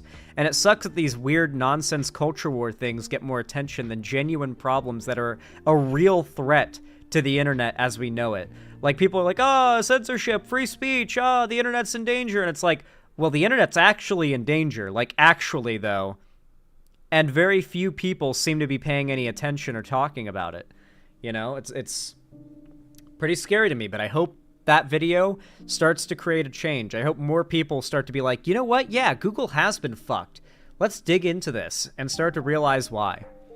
Anyway, though, if you liked this video, if you thought it was entertaining, funny, or even educational, consider dropping a like. It really helps a lot. It's totally free, and every single thumbs up on my videos, streams, or whatever it is on my channel boosts my content in the algorithm, because as you know, Google wants to see engagement, and we were just talking about how evil the company is and how their stuff works. If you like, if you comment, if you subscribe to me, it means that Google's algorithm promotes me. It's just, that's how it is. So if you guys do that for me, I really do appreciate it. It means a lot. You can also follow my social medias, linked down below in the description if you haven't already.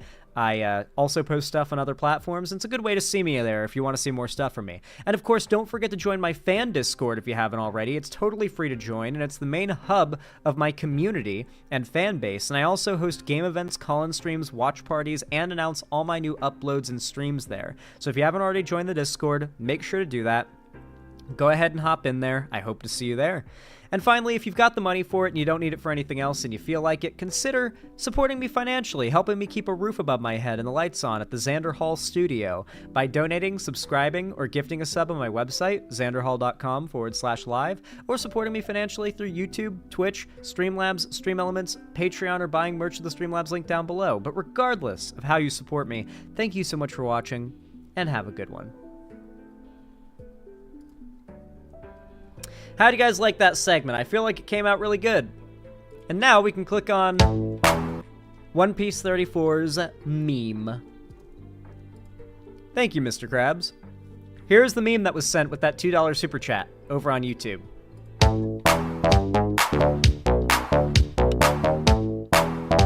Music bops at least. So school's back for me. So for now, here's a shorter compilation. Fellas in the description. As usual, are you kidding? enjoy. Bro, 2 cakes in the screen Dude, right now, shut bro. up. Nick, you're so down bad, bro. Hey, you may not have the face, but you have the cake still, bro. That's what matters. Don't you have anything to say about Wario's cake here? Yeah, I want you to keep observing Wario's cake. Bro's got a dumpy Dude, though, low key. Please, Holy bro. shit. Nick, shut up, bro. Why'd Dude, they give Wario say a anything, dumpy? but it was there for like 10 seconds. I couldn't. You are so down. Dude, why'd they give him a shitter that looks like it could shatter, like, obsidian? Holy fuck, dude. Call that shit a hydraulic press. Down bad, it's unbelievable. It's a sad day. Wario cake, bro. 2 cakes in the screen Dude, right shut now, bro. up. Nick, It's you're the so board, down bad, and it's bro. Too big of a dick and too big of an ass. I just don't. I don't understand, man. I don't understand your obsession with it. Cheeks, all right? Evie, shut up, bro. Okay, Nick, you don't have to talk. You talk about Wario's cake every turn. Don't worry, I got you Oh, guys. nice. Okay, Good stuff. basically, I lost the money, bro. Wario cake, bro. Please stop. Shut up. Why is Nick this freaking down bad, man? For freaking Wario. Daisy is just like me, looking at Wario dump truck. Oh my goodness. Dude, good stuff, man. Yo, Nick, Oh eat my Wario's God. whole cake, bro. Eat his whole cake. Oh, I hate you. gladly, baby. He's carrying us to victory. He's just like showing off his nice giant cake. Oh, shoot! Get his ass, Bowser! Evie, why'd you switch from Wario, bro? Waluigi has 0 cake compared to him, bro. Is that the only thing you Not look even at? close. Is that the stat you look at when you're fighting a And character? kill ass motherfucker. That was good. That was good, One Piece. I appreciate that. Was that Mario Party? I've never played... the only Mario game I've played... You guys are going to find this fucking insane. The only Mario game I've played is Super Mario Brothers. On the Super Nintendo. My orthodontist's office had a Super Nintendo in the lobby. And so you better believe, I've completed 1-1 so many times. I have completed 1-1 Many, many times. But as for Mario Party or Mario Kart, I actually, you know what? I played Smash Bros, if that counts. I played an old Smash Bros on a Wii. This was one of the only times I've ever played on a Wii or a Nintendo console before, when I was at a Mosey summer camp in Tampa. If you know what Mosey is, then nice. I was at a Mosey summer camp in Tampa, and like during the lunch, they would bust out a Wii, and they had Smash Bros. I remember playing it. Very faint memories of it, but I thought it was more fun to watch than to play, because I wasn't necessarily good at it, but there were people there who were, and when they, like, two people who were good fought, it was like, it was hyped to be there in the room with it. So yeah. Zan, you've never, I just said I played the first Mario, and that I've completed 1-1 like dozens and dozens and dozens of times, and the levels after a fair few other times, but it's non-linear, so yeah, I just kind of poked around and found cool stuff. Anyway, crazy to think one of the first platformers ever was like as non-linear as Super Mario Bros. Is, by the way.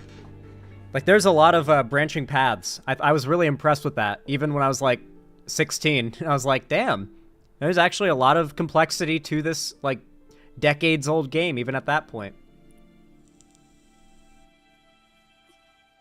Anyway. It's so uncanny how Far Cry 5 is not so far off on what Republicans would love to do. Yeah, true. Remember when that game started, like, a massive amount of controversy in the right? It was one of the first ever, like, this game is anti-conservative, we're boycotting this games. It was kind of when that really first started. And there were even people in the, like, anti-woke Gamergate sphere saying, well, let's not jump the gun here and attack this game. Like, they're just depicting, like, crazy, like, religious cults. They're not attacking the right. Because there were a lot of people bought into Gamergate who weren't, like, crazy conservatives, and they were like, what are you doing? Like, why are you freaking out over this game depicting a crazy religious fundamentalist cult? Like, it's not anti-conservative. Is that what you think conservatism is? Is that what you mean when you say you're a conservative? And that kind of helped to destroy Gamergate back then. What's Gamergate? Oh boy, Raptor Engine. Are you, like, an ice person? Like, were you frozen somewhere? Did you, like, just melt out of the permafrost in, like, Russia? Because of climate change? Holy shit, dog. Welcome to life. Welcome to the internet. Wait, hold on. No, I'm not gonna sing.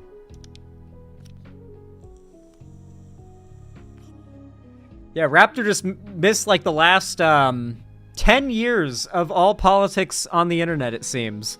Welcome to internet politics, Raptor Engine. I hope you enjoy your stay. You won't enjoy it. Fair warning. You're not going to. No one does. No one does.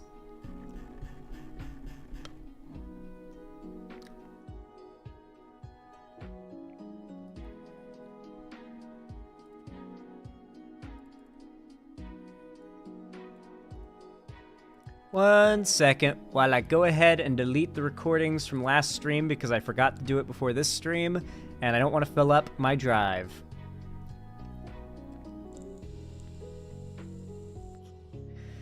Femboy memes are fire. Thank you for that, Raptor Engine. At least you know what a femboy is. You're not that behind on the lore. Razor Sharp Rust, thank you for the $2 euros or €2 I really appreciate that. I think you're from England, right? I think that's the English money. Said, did you hear Big Lenny of Del Rey Misfits passed away? What?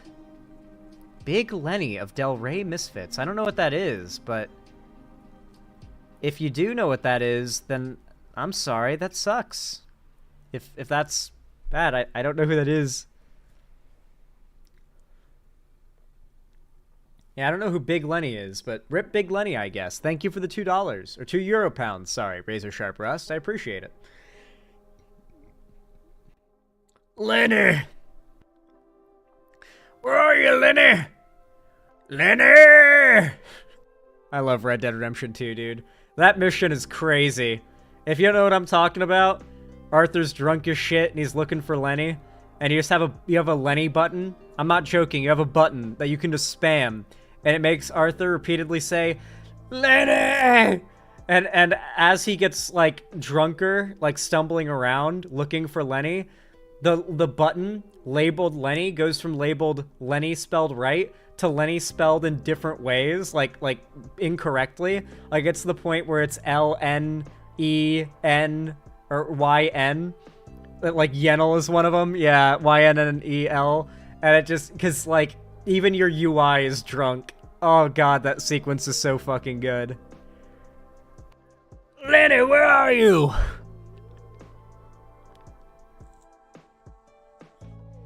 Did you escape at the end of that mission? I think I did, yeah.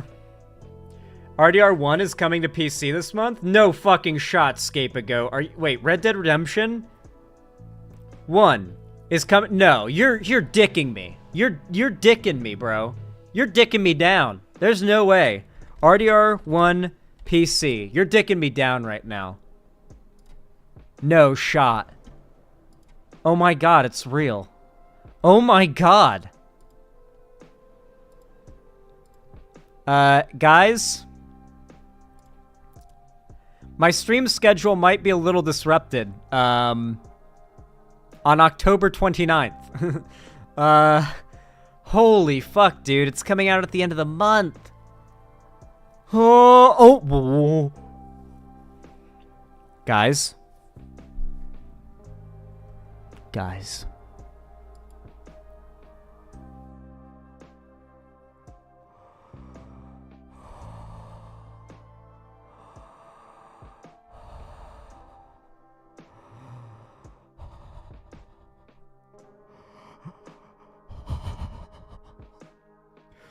We're so fucking back. We're so fucking back. You guys don't even know. You guys don't even know.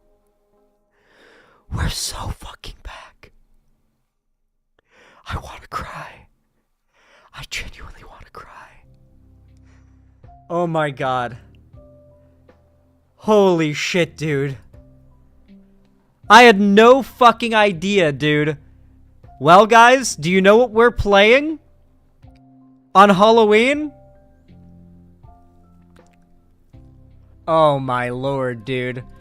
Do you guys know what we're playing on Halloween? I want you to close your eyes right now. Imagine it's Halloween. And I want you to imagine this is what we're playing, okay? This intro is gonna hit crazy. This Halloween is gonna go crazy, bro.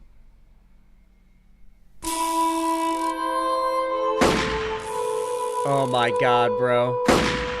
You better believe Halloween Undead Nightmare stream. Oh, it's sped up. After months away, John Marston has returned to his loved ones. While trying to rebuild his ranch and win back the trust of his family, Marston awaits whatever life will throw at him. As he drives home one evening from an errand, he ponders whether a man can ever escape his past. Dude, this is gonna go crazy on PC. He is ready for anything. Almost anything.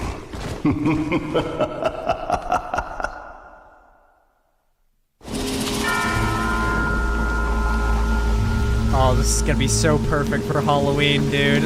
Oh my god.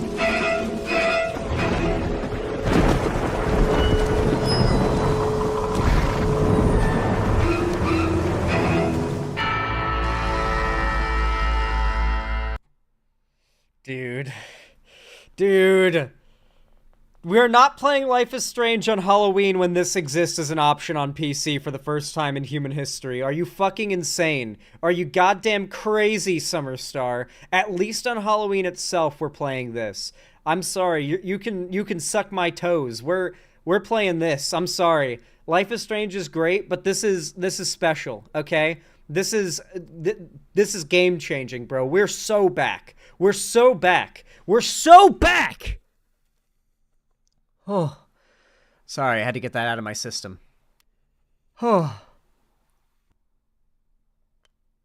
not starting Life is Strange 4 on release. I've said that as often as I can possibly say it every time the game is mentioned in chat, okay?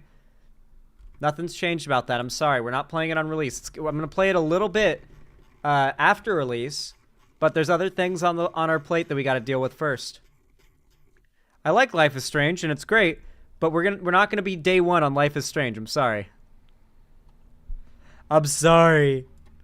I'm sorry.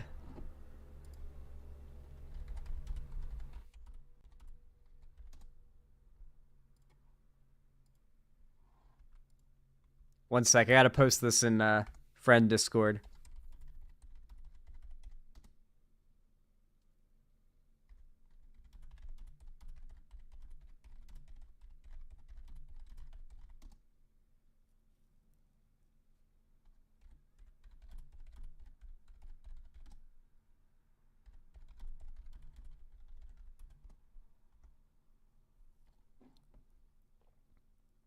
Ethan said, how the fuck are you just finding out? I have so many friends who assume that, like, I'll know a thing that I'm super hyped about, and I'll be like, guys, did you hear about so-and-so? And they're like, you didn't know? I'm like, how long did you know about this and not tell me? And they'll be like, I thought you knew, man.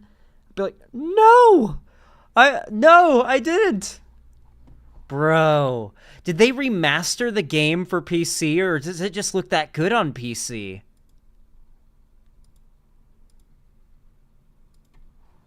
Bro.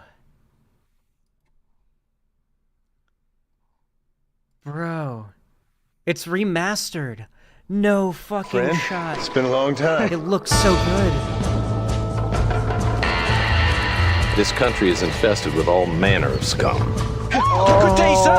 Madam. Look at me, scrambling around, half insane. Stupid is the word we use around here. Now I'm in charge. I apologize if science is not your forte. God, they're playing American Venom and I'll fight in the trailer. It's gonna be a bloody job. I don't think I know any other kind. For an illiterate gunslinger, you sure know how to make a girl blush.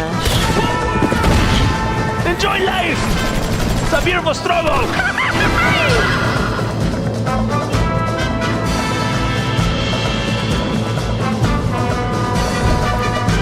Undead Nightmare 2? Yeah! Oh, guys, we're so back. Yes, it means mods, Tostito Man. It means fucking mods. Oh my god. Oh my god. What's the recommended specs? An NVIDIA RTX 2070? I mean, I've got a 2080 Ti, so I should be able to handle it, but I hope I can stream it well enough. That surprises me that it requires such good hardware, but I guess maybe, like, the draw distances are insane or something? Bro.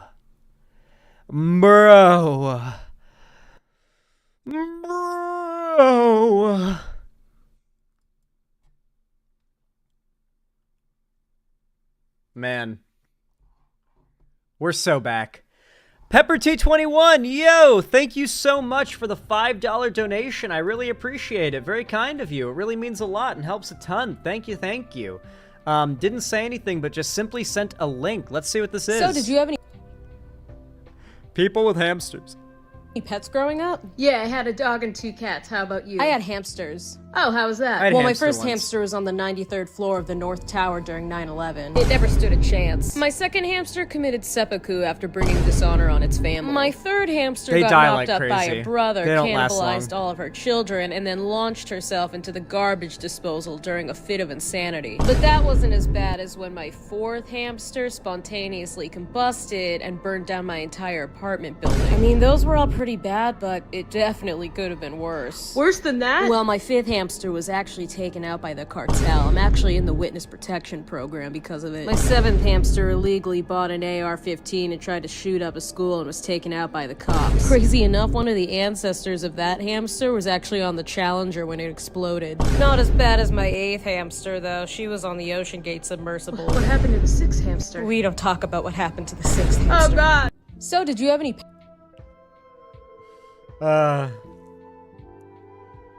Yeah, no one was convicted of anything. What witness protection? All the parts I have in my PC are ancient. I had it built in 2018. Man, man, I would advise you don't donate to me and you save up for a new PC. I'm gonna be honest. Did you see the new Vegas Desert Ranger armor mod for Red Dead Redemption 2? That's raw as fuck, and yes, I have. And I love it. But also, dude, one of these days, very long away, more likely than not, I'm gonna get a 3D printer, and I'm gonna be able to 3D print myself Helldiver armor, fucking NCR Ranger armor. I'm gonna have my own Mjolnir armor that I'm gonna 3D print. It's gonna go crazy. 3D printer is a game changer, bro. Oh, I want one so bad. I've always wanted one, but I want one more every day. You got another YouTube donation. Oh, thank you. Mr. Krabs, thank you so much for the $2 super chat. Very kind of you. It really means a lot. Thank you, thank you. Said, here, another meme, which I will send in chat. Did you drop it in chat? There it is. Thank you. King of the Skill Wario Time compilation. Alright, after this video, I need to use the restroom. Wario time! Wario time!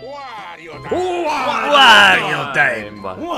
That is fun. Wario time! Wario time! And outgoing, so it's just like, yeah, why not? How can you say she has a fire personality when Wario goes Wario time? We're born strong, but it comes to those who are Wario time! Wario time! Vern most likely will be the one to roll on top of it. I think this is Mario Party. I think I'm right. Wario time! This is a... Now you got two of them. Is it obvious I did not grow up on I'll make sure to follow Nintendo? suit for you. Here, Nick, I'll get... Wario time! A lot of money, man. That's really good. Money! Here, Nick, I'll get... Wario time! Wario time! Wario! Favorite. My throat is starting to hurt from all the Wario times I'm shouting. Wario time! This is ridiculous. Yeah, time for Wario time.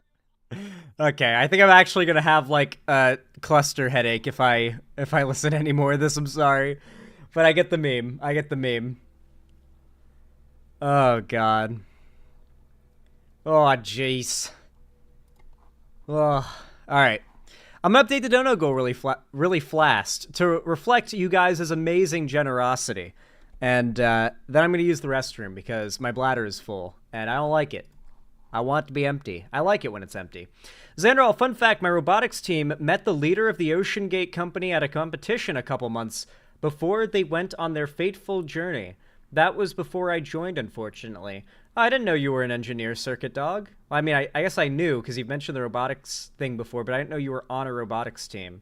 That's so cool. I've got a friend whose partner is an engineer that does robotics stuff, and you, honestly, if you're in America, might have fought her robot. So that's pretty crazy. But that's wild. That's actually super duper cool. I assume you're referencing robot fights, right? Like fight bots? Metal Gear. Yeah, making little Metal Gear robots. Making them fight each other, making them beat the shit out of each other, tear each other apart. Battle bots, you mean? Yeah, my bad. Battle bots. Fight bots, battle bots, whatever. Nah, underwater ROVs. Oh, okay. Well, you're still an engineer, and that's awesome. You should play Dead Space. Hence the OceanGate. Ah, okay, fair. Fair. Did you, I assume you appreciate my lifelong goal of one day getting one of those little Seamoth submarines. I want a Nemo 2, dude. I want a Nemo 2. If they make a Nemo 3 with 3 seats, I'll get that too, but man, I want one. I'm glad you're still alive, Wingo. I'm glad the floodwaters haven't taken you, and I'm glad you got yourself some Wi-Fi as well. Nice. Hell yeah, Circuit Dog. Okay, I will be right back, everyone. I need to use the restroom, and yeah, I'll be right back. Don't go anywhere. Stay tuned. Stream is not over. I just must fulfill my bodily needs of emptying my bladder. I'll BRB. Don't go anywhere.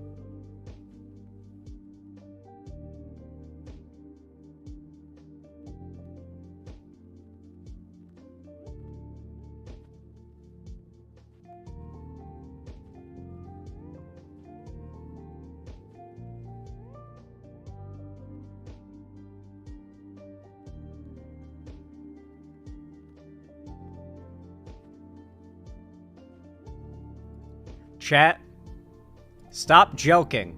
I know that's what you do when I leave. I know you're joking. Quit it. No joking in my class. No joking. Don't think I don't know what that is. I know that you're joking. Stop it. Stop joking in my class.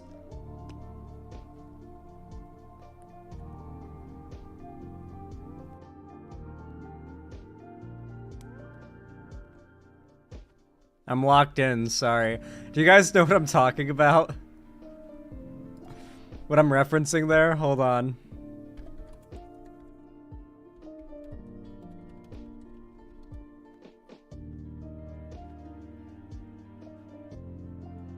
Please. Please. Do it with the middle. I wouldn't even judge you. I wouldn't even judge you. Actually, flip them up. Stop edging in my class. We're not doing it. I know. Please do it with the middle. I wouldn't even judge you. I wouldn't even judge you. Actually, flip them up. Stop edging in my class.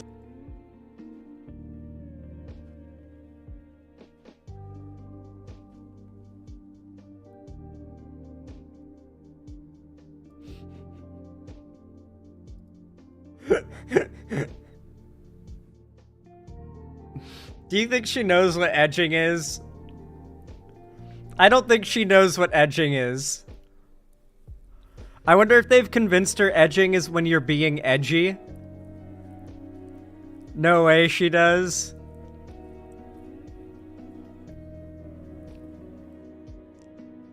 God. Bruh. I told you guys, Gen Z has brain rot. It's like genuine terminal brain rot. They're dying of it. By the trillions each day. Man, my jaw is popping like crazy today. I mean, it's not a bad thing. Like, the worst is when I have a day where my jaw's like really like strained and tight and it won't pop. Today, it's just, it pops whenever I go to try, and it feels great.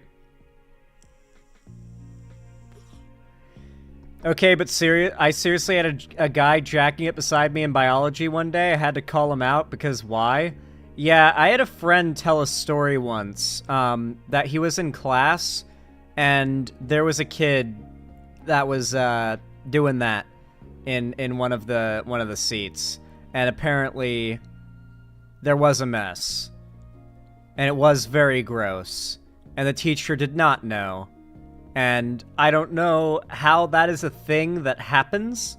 Like, like, if that ever happens to you, I know, hyper-specific thing, call it out. Call that shit out. Don't let somebody get away with doing something that, like, weird around you in a way that makes you uncomfortable. It's not appropriate, and you have every right in the world to call it out. Don't feel any jealousy. Make sure they feel like the embarrassed one when you call it out, too. Because they should be. It shouldn't really be hard. Just say, hey, oh, this dude's jacking off in class, or this dude's jacking off on the bus or something. Just, yeah, call it out. Call out that J.D. Vance disciple.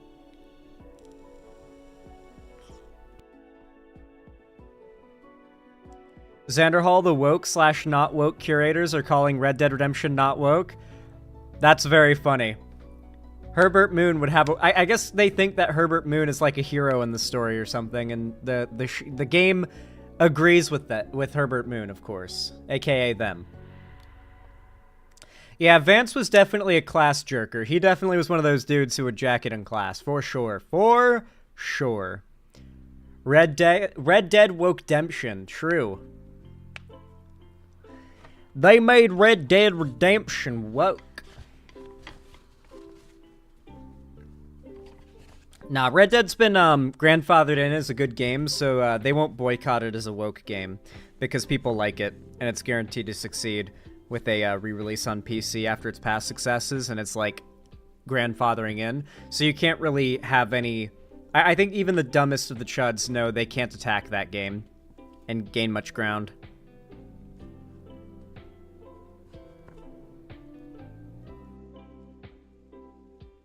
All right.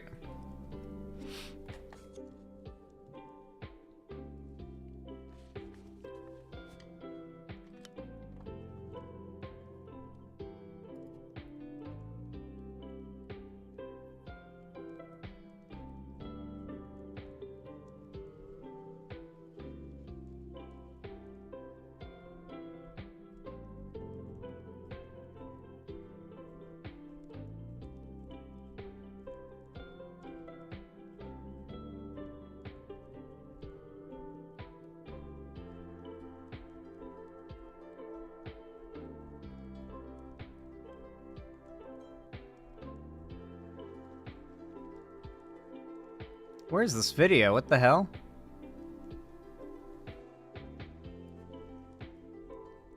Where? There it is.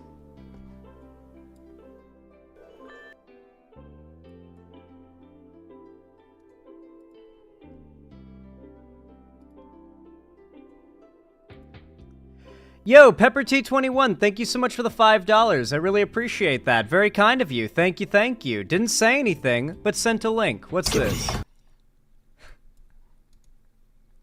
When a group of brain rotters kidnaps me. Oh, God. Skibbity, Riz, Edge. I am the one who goons.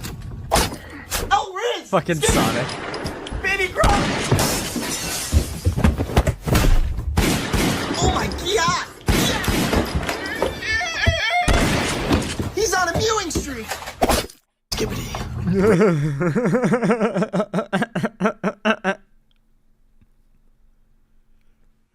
I'm disappointed we didn't get a What the Sigma.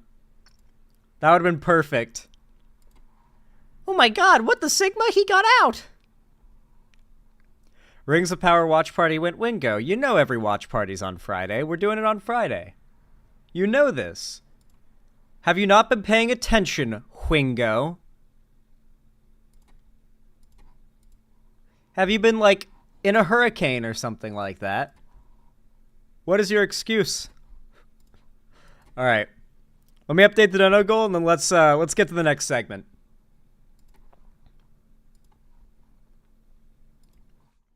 All right.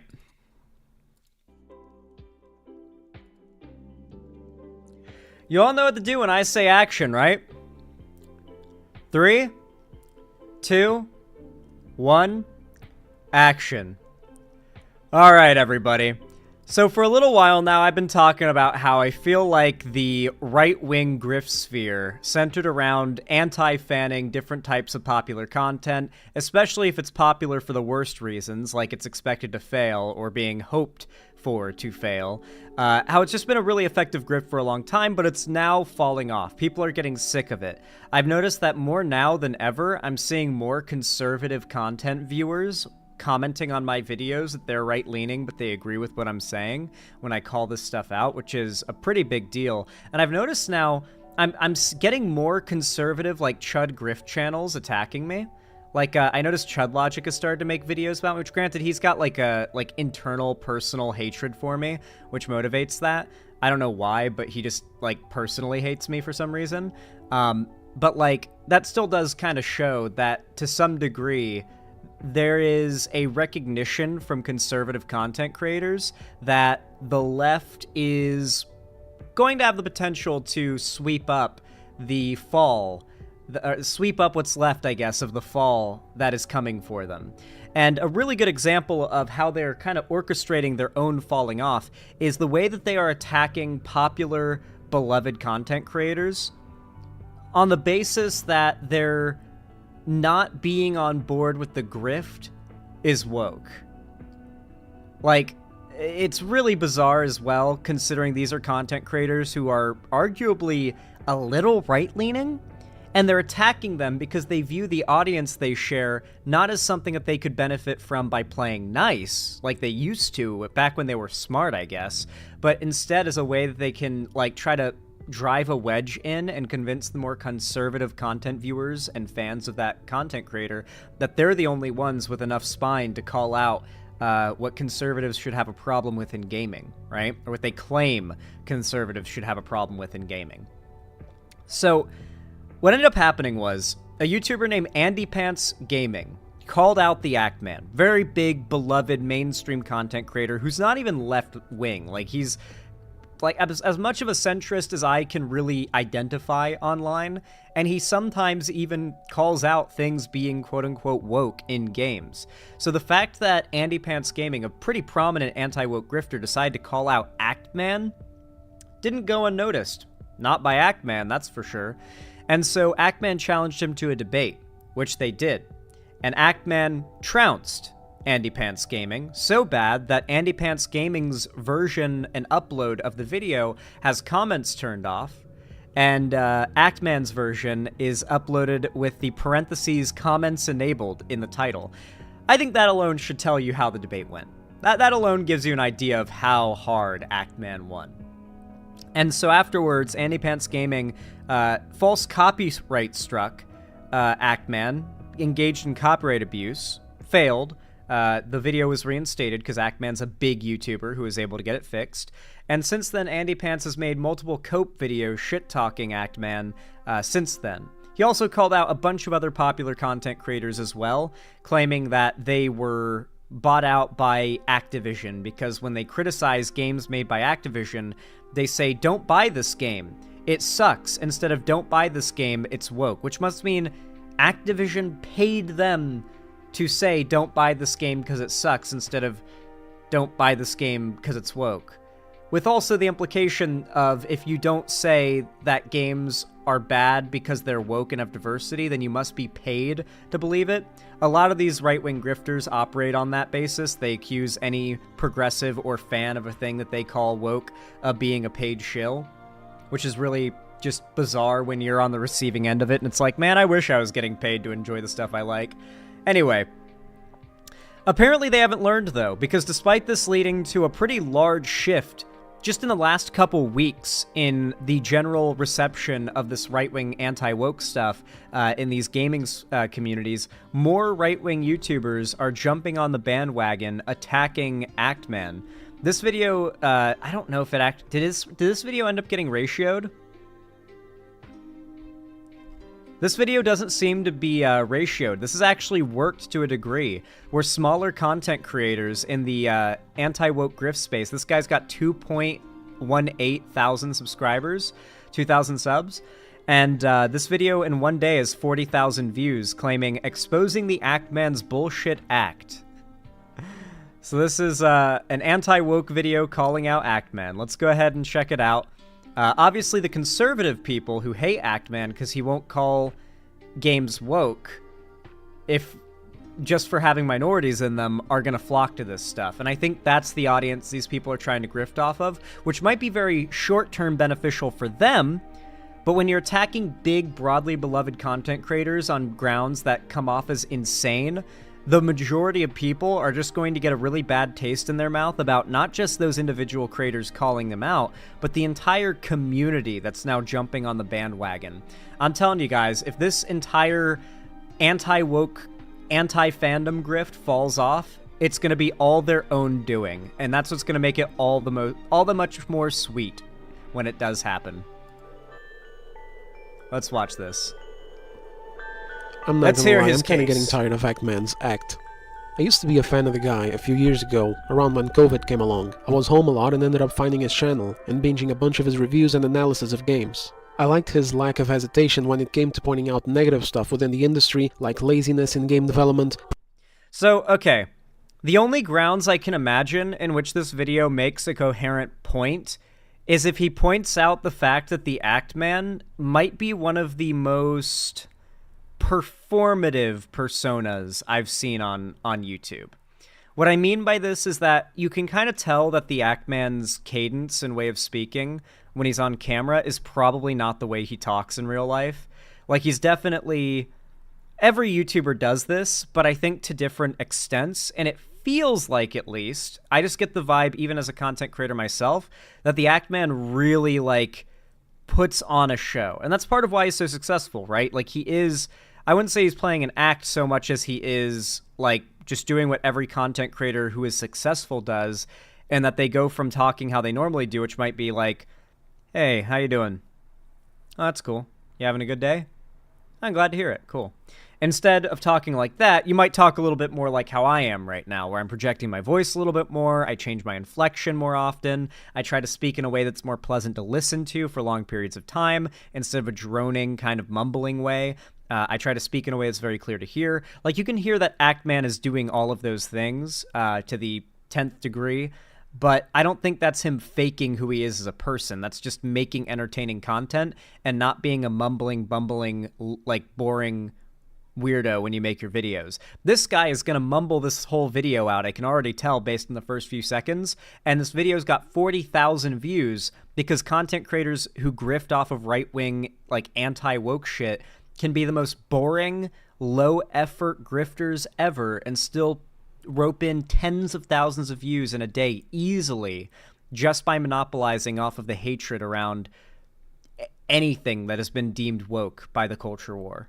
Predatory monetization and the stupidity of chasing elusive live service dreams. He was just a regular dude, passionate about video games. In many ways I still saw him that way, even after I moved on to other interests and stopped watching his content regularly. But now, recently, he's been popping up again, even to someone who had stopped following him, and not for a good reason. And I find it difficult to figure out if he's still that kind of creator or something else. And that is what I intend on calling out and reflecting on in this video. Alright, I believe everyone is entitled to making whatever kind of content they want to make. This is why when Andy Pants made his woke YouTubers video... What is this music, dude? What the fuck?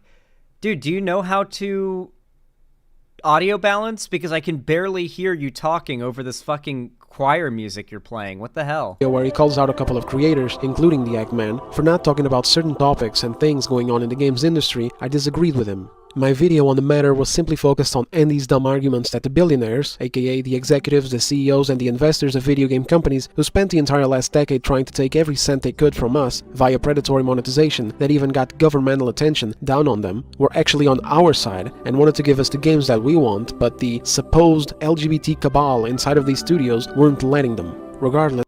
Okay, this video's off to a good start so far. Apparently he called out Andy Pants Gaming on the fact that he was under the assumption that the CEOs and the billionaires wanted successful, which obviously they want successful, high revenue generating games, and that they were actually pushing for anti-wokeness, the executives, the people at the top, and that it's those powerful, strong-arming, woke LGBT devs that are ruining the games. This all kind of branches into a separate sector of the anti-woke grift that's gotten prominence over the last 2 years of dev blame or dev hate. I don't really know exactly what to call it, where there's just been this general trend in the gaming community to attribute fault that is almost assuredly, to anybody who knows even anything whatsoever about the gaming industry, the fault of game publishers and executives to devs. They go on Twitter specifically to harass and shit talk the devs as well. They take it directly to those people themselves on social media. Because I don't know, I guess it's a very childlike understanding of how games are made, I suppose. But okay, this video made a good point here. In it, I defended those YouTubers' rights of choosing not to make videos centered on these divisive matters, as it is each one of us' decision and responsibility on what type of content we want to make, and I could understand someone not wanting. Well, I think the matter of it is that these content creators aren't bothered by gay people or minorities being in these games. I assume what this guy is, I think this guy might be a little more intelligent than your average anti-woke dude. I think he's going to call out rainbow capitalism. He might even say it by name. He might even know what rainbow capitalism is and call it out specifically by name and have a problem with that specifically, but feels as though the only side calling it out is, or like taking issue with it, is the right.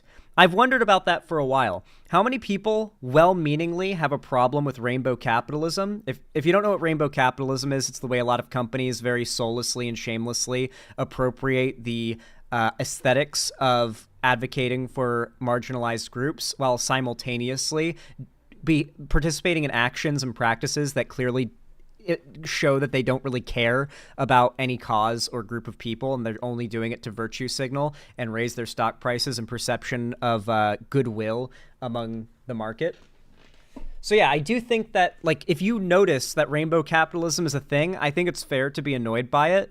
And I wonder if the fact that the right and these anti-woke grifters exist as effectively the main group of people calling it out, I wonder if that's been one of the main things that's allowed it to grow as much as it has, outside of like the you know, the parties involved in pushing it with their videos, flooding the algorithm and being really shameless about promoting it, right?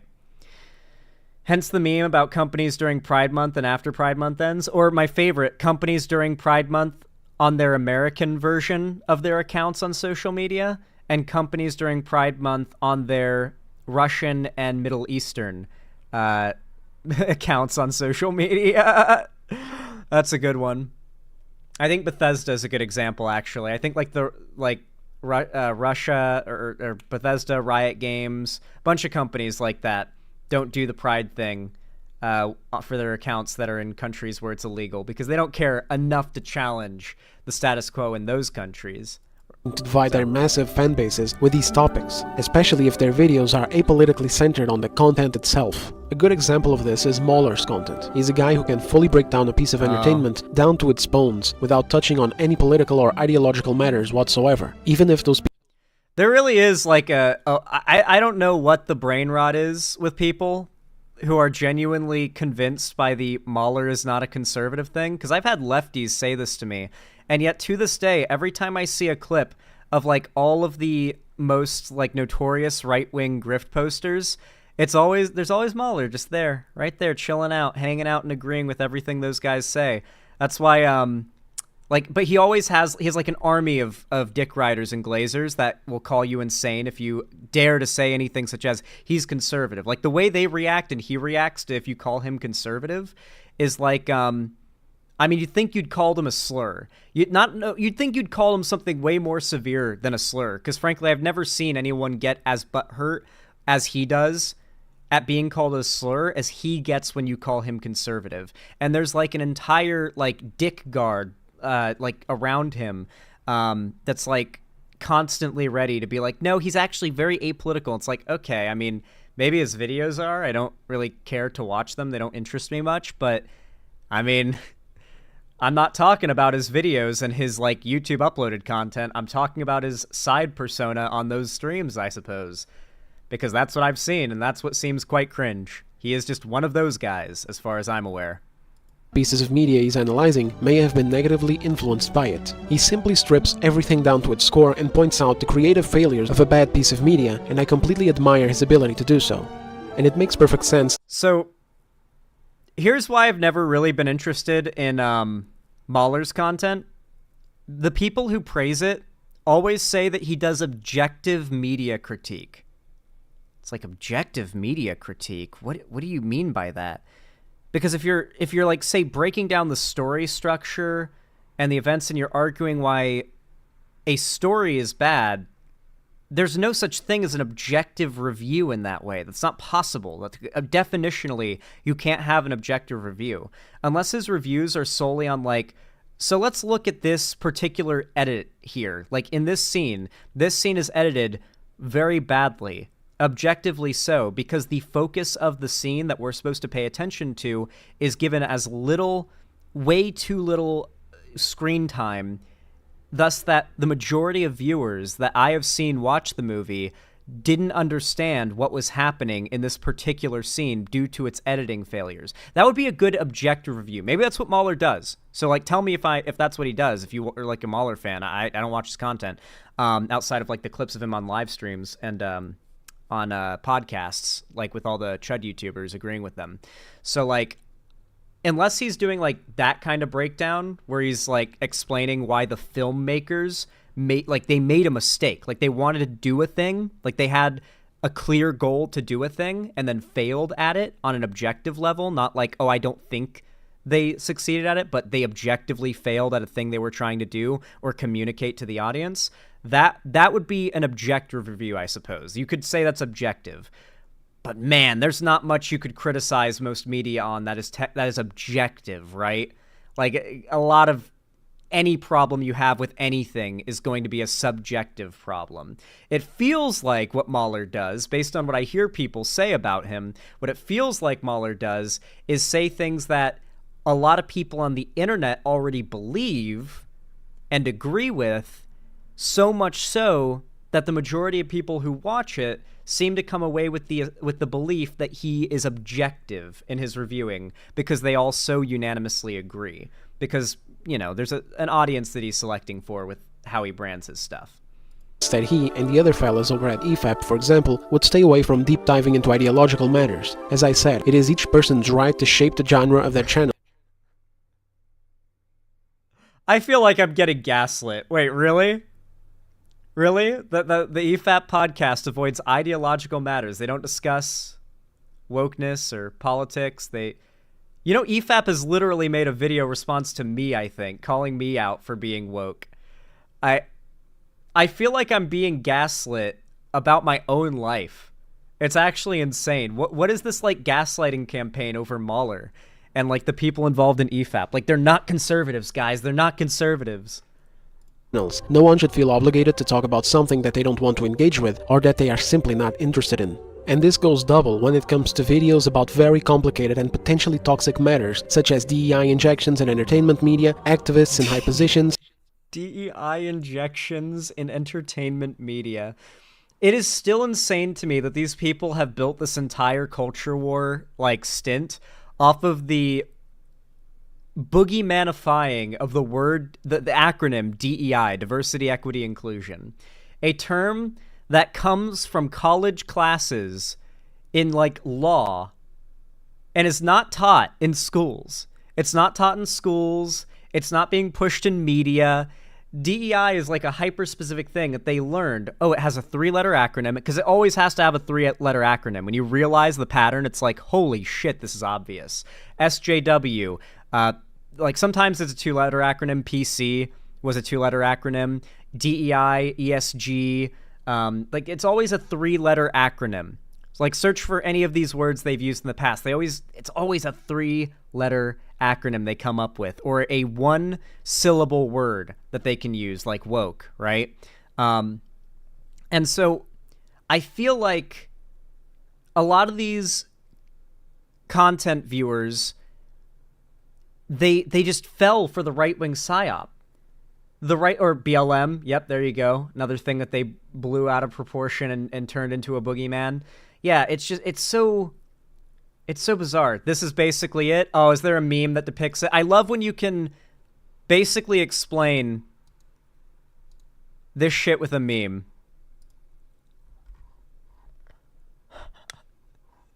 This is pretty good. White people don't say SJW Anita Sarkeesian Tumblr trash anymore. They say woke sweet baby DEI ESG garbage. Yep, they always find a new list of buzzwords to use. They always do. Such as Sweet Baby Inc. within entertainment media, There and you even go. more complex matters, such Right as away. intersectional feminism and other ideological influences, subtly changing things in our games and other sources of entertainment, based solely on ulterior motives that are not What really, what's really funny about this entire genre of content, and the reason why, like, these people making these, like, completely non-arguments will never, like, gaslight me into thinking they're sincere, is that they are arguing under the assumption that their agenda is the okay one to have in games, and they specifically praise when their agenda is promoted in games, and yet the idea that there could be, in any realm of gaming, whether it be like indie walking simulators like back in 2016 or AAA mainstream games, which now is what they demonize as like the thing that's evil and destroying gaming, it's like there's no area in gaming that is allowed to have the left agenda, but they praise endlessly games that represent their agenda because they're ideologues just like anybody else who has an ideology, I suppose, and they like it when their ideology is represented, and they don't like it when another ideology is represented. And they're fighting this culture war because generally, as a whole, society is moving more left, more progressive, more accepting, more tolerant, and that is not what their ideology is in favor of. And so they have to take things even like Helldivers 2, which is literally satiring their political worldview, but in the future, and they have to pretend like it agrees with them, right? And then they praise it when they pretend it agrees with them, because they need anything in this popular media sphere to agree with their politics, but they pretend like it's an attack, like it's the end of the world. They have the right to call out whenever anything reflects left-wing politics in their perception. This is why I don't buy it. It's like you guys praise conservatism reflected in media and admonish and demonize anything perceived as progressivism, even if it's just minorities in a game in media. Clearly, you are not, like, nonpartisan here. You are clearly extremely biased.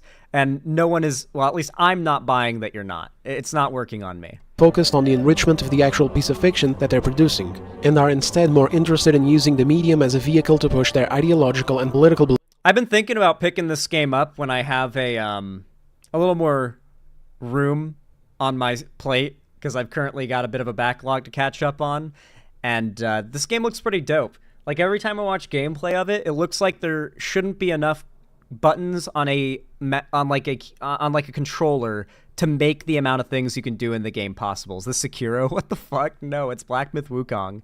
Black Myth Wukong looks really, really neat. Like, the combat in it and stuff, and like the way that you move and attack and stuff. All I can really, the only way I can put it into words is it looks like a controller shouldn't have enough inputs to make the things you do in the game possible. I don't know how they pull it off. Maybe it's just the animations are really flashy, but it looks to me like there's a lot of button inputs you have to do to execute really precise, crazy combo attacks that just, they look awesome, man. It looks like such a cool game. I definitely can't wait to pick it up. Beliefs, almost like subtly and sometimes not so subtly, banging our heads with lessons of morality and political correctness, otherwise known as the message. These are things that I like that. These games are trying to beat us over the head with messages of morality. The message. Okay, yeah. The idea that games have stories, and the stories in the games incentivize or glorify being a good person is a bad thing, of course. Media has never done this until recently. That are complicated to even identify in many cases, and sometimes some failures. Hey guys, remember when this video was about Actman being bullshit? Of the piece of media are nothing more and nothing less than good old incompetence, so diving into it can be a minefield and can very quickly turn into heavy political matters. And this is not to go into everything else. It can turn into political matters? What do you mean? What is apolitical about a discussion of representation of marginalized groups in media? When is that conversation ever not political? These people are so desperate to gaslight as many people as possible into thinking that making a movement out of opposing minorities existing in games and pretending like there's a conspiracy of some kind or some sort of like virus that is infiltrating the landscape to push an agenda, they're pretending like this is they're pretending like this is the end of the world. Oh my god. This shit is so fucking annoying to deal with, because I feel like I'm being gaslit, you know? They want to convince people not only that these things are the end of the world, but that discussing them isn't a political thing. That's what's so wild. If you ask this guy, he would say this is not a political video. And a lot of the people watching it and agreeing with it, I hate to say, would agree. But here's the thing, though. Nonetheless, you go to Actman's videos, and the vast majority of people who are knowledgeable of the situation are dunking on the people attacking him. And not only that, but they're dunking on the YouTuber, on the people supporting the YouTubers that are dunking on them. And so, while yes, these people are grifting and making a very, nice little stack of cash for themselves in the short term, they're doing a massive disservice to both themselves and the entire culture war side that they're fighting by turning themselves into the insane schizos who attack popular YouTubers because they're not also whining and screaming about minorities in games. Else that surrounds it, like how influential the gaming journalism and excess media journalism are, and how they have proven to go as far as to lie and misrepresent matters to serve their agendas, such as the situation with Black Myth Wukong, the almost situation with Space Marine 2, and the constant occurrences of masking every bit of criticism. I do really like the framing of any discussion the left has, or anyone on the left has, as an attack. You know? Black Myth Wukong's shameless lack of diversity is attracting the wrong type of fans. So, for those that don't know, the developers of Black Myth Wukong, at one point, they said they don't want any feminist agenda in the game. There are definitely, anti-woke chuds that worked on Black Myth Wukong, which is a big part, and of course, it's not a very diverse game in terms of race, which, shouldn't surprise you, China. It's become one of their big flagships, especially considering it'll probably win Game of the Year. It's one of the biggest W's they could possibly have with their whole praising and saying this is what we're fighting for more of any game that is expected to do really well, and then admonishing of any game they expect to do poorly. Obviously, sometimes they predict badly and they attack a game that ends up doing well and they walk it back and pretend like it never happened. It happens with movies too, like the Mario movie, for example. But yeah, this is just all part of the sinking ship spotting thing, where on the opposite polar end of the spectrum, they put anything that's going to be successful and they could frame in any way or overtly represents their values as the golden castle on the hill, right? And it helps them a lot that this game is really good and will probably win Game of the Year. Wukong, the almost situation with Space Marine 2, and the constant occurrences of masking every bit of criticism lobbed at any protected piece of media, be it games or shows or movies, as alt-right, bigoted, ist, and phobic attacks from irrelevant, loud minorities online, completely shutting down all discourse around the matter. What's so funny to me is he's they're just calling us racist because they want to shut down discussion. Meanwhile, these are just random journalists making op-eds and whatnot. They could be paid by Ubisoft, I guess, but Ubisoft doesn't seem to have enough money to go around at this point to do that. No, but these are the same people who claimed and they will literally report on rumors from 4chan that Ubisoft made Yasuke one of the main characters in Assassin's Creed Shadows, and I'm not joking, this is a rumor they're reporting right now as fact, though they do say it's a rumor. They're still making videos on it, and people are taking it as fact and acting as though, well, Ubisoft would do that, and that's all that matters. That kind of mindset. They're claiming, I shit you not, that during the BLM protests in 2020, Ubisoft canceled their plans to have a Japanese protagonist instead of Yasuke, or Yasuke, and instead made a black character as the protagonist, Yasuke, and made him, and I quote, this is what the rumor claims, and they are taking and reporting this as fact, the 4chan originated rumor claims they made him look like George Floyd to, and I quote, make money off of the BLM craze.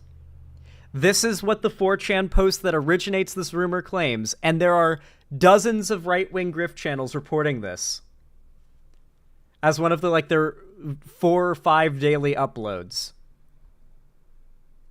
That is the level of gaming journalism integrity they have on this side, which is so funny.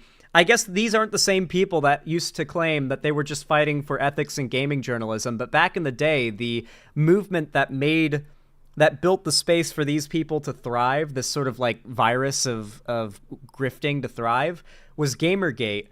And the original defense of Gamergaters against claims of being sexist or racist or homophobic or whatever was that they're just fighting for ethics in gaming journalism. Meanwhile, that same community has turned into the people who find a 4chan rumor and report on it as fact.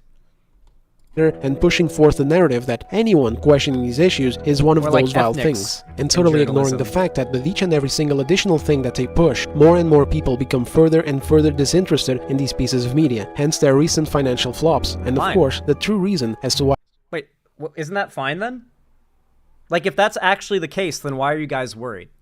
This is how you know that the entire premise they're arguing from doesn't make sense. Use your fucking brain. If this woke mind virus that's taking over games is causing them to fail constantly and nobody is liking it and it's pushing people away from it, then isn't it a self-fulfilling problem? Like, if you think this wokeness thing is a problem and everyone hates it and it's causing everything that it infects to fail, then doesn't that mean that eventually it's going to kill itself off like a virus that's too lethal for its transmissibility, if that's the way you view it? Like, think about it from their own terms. How does it make sense to fight an entire culture war against this unless it's because, well, a select group of content creators recognize there's a lot of money to be made off of scaring people about this? Even if, as they claim, that this is why it's garbage, the reason why it's garbage is that it's not a threat, it's going to fall off on its own. What I'm pointing out is this constant dichotomy that shows itself in fascists. And yes, I'm calling this guy at least fascist adjacent, which is the idea that the designated enemy is both weak and strong. That they are simultaneously so weak that you should just simply take up arms and become active in fighting them because nothing is stopping you. It's that easy. But also they're so strong that if you don't do something, then society is going to crumble and fall because of your lack of action. They're both contradictory ideas that are pushed by the same group, but they are both reasons to act against the enemy. Whether you think because the enemy is an easy target that you want to attack because you're a predator and that's what the movement wants to appeal to, or that you are someone who sees themselves as a victim and sees the enemy as a threat that needs to be fought against for your own protection. They appeal to two different types of people who are rash and quick to reactionary beliefs. Why this discourse grows louder and more constant, with seemingly every announcement of a new game or show or movie getting mired in often very toxic arguments online because of both extremes coming to blows. Like I said, deeply complicated and divisive matters that are not there just to be brushed over and require at least a small level of seriousness and maturity to actually dive into. These are things that can Dude, if someone isn't willing to give explicit examples of what they mean when they say two extremes in a situation, then I really don't take them seriously. Because when I refer to two extremes in a situation, I describe what those extremes are like, right? Like, let's say I'm describing the issue of Israel and Gaza, right?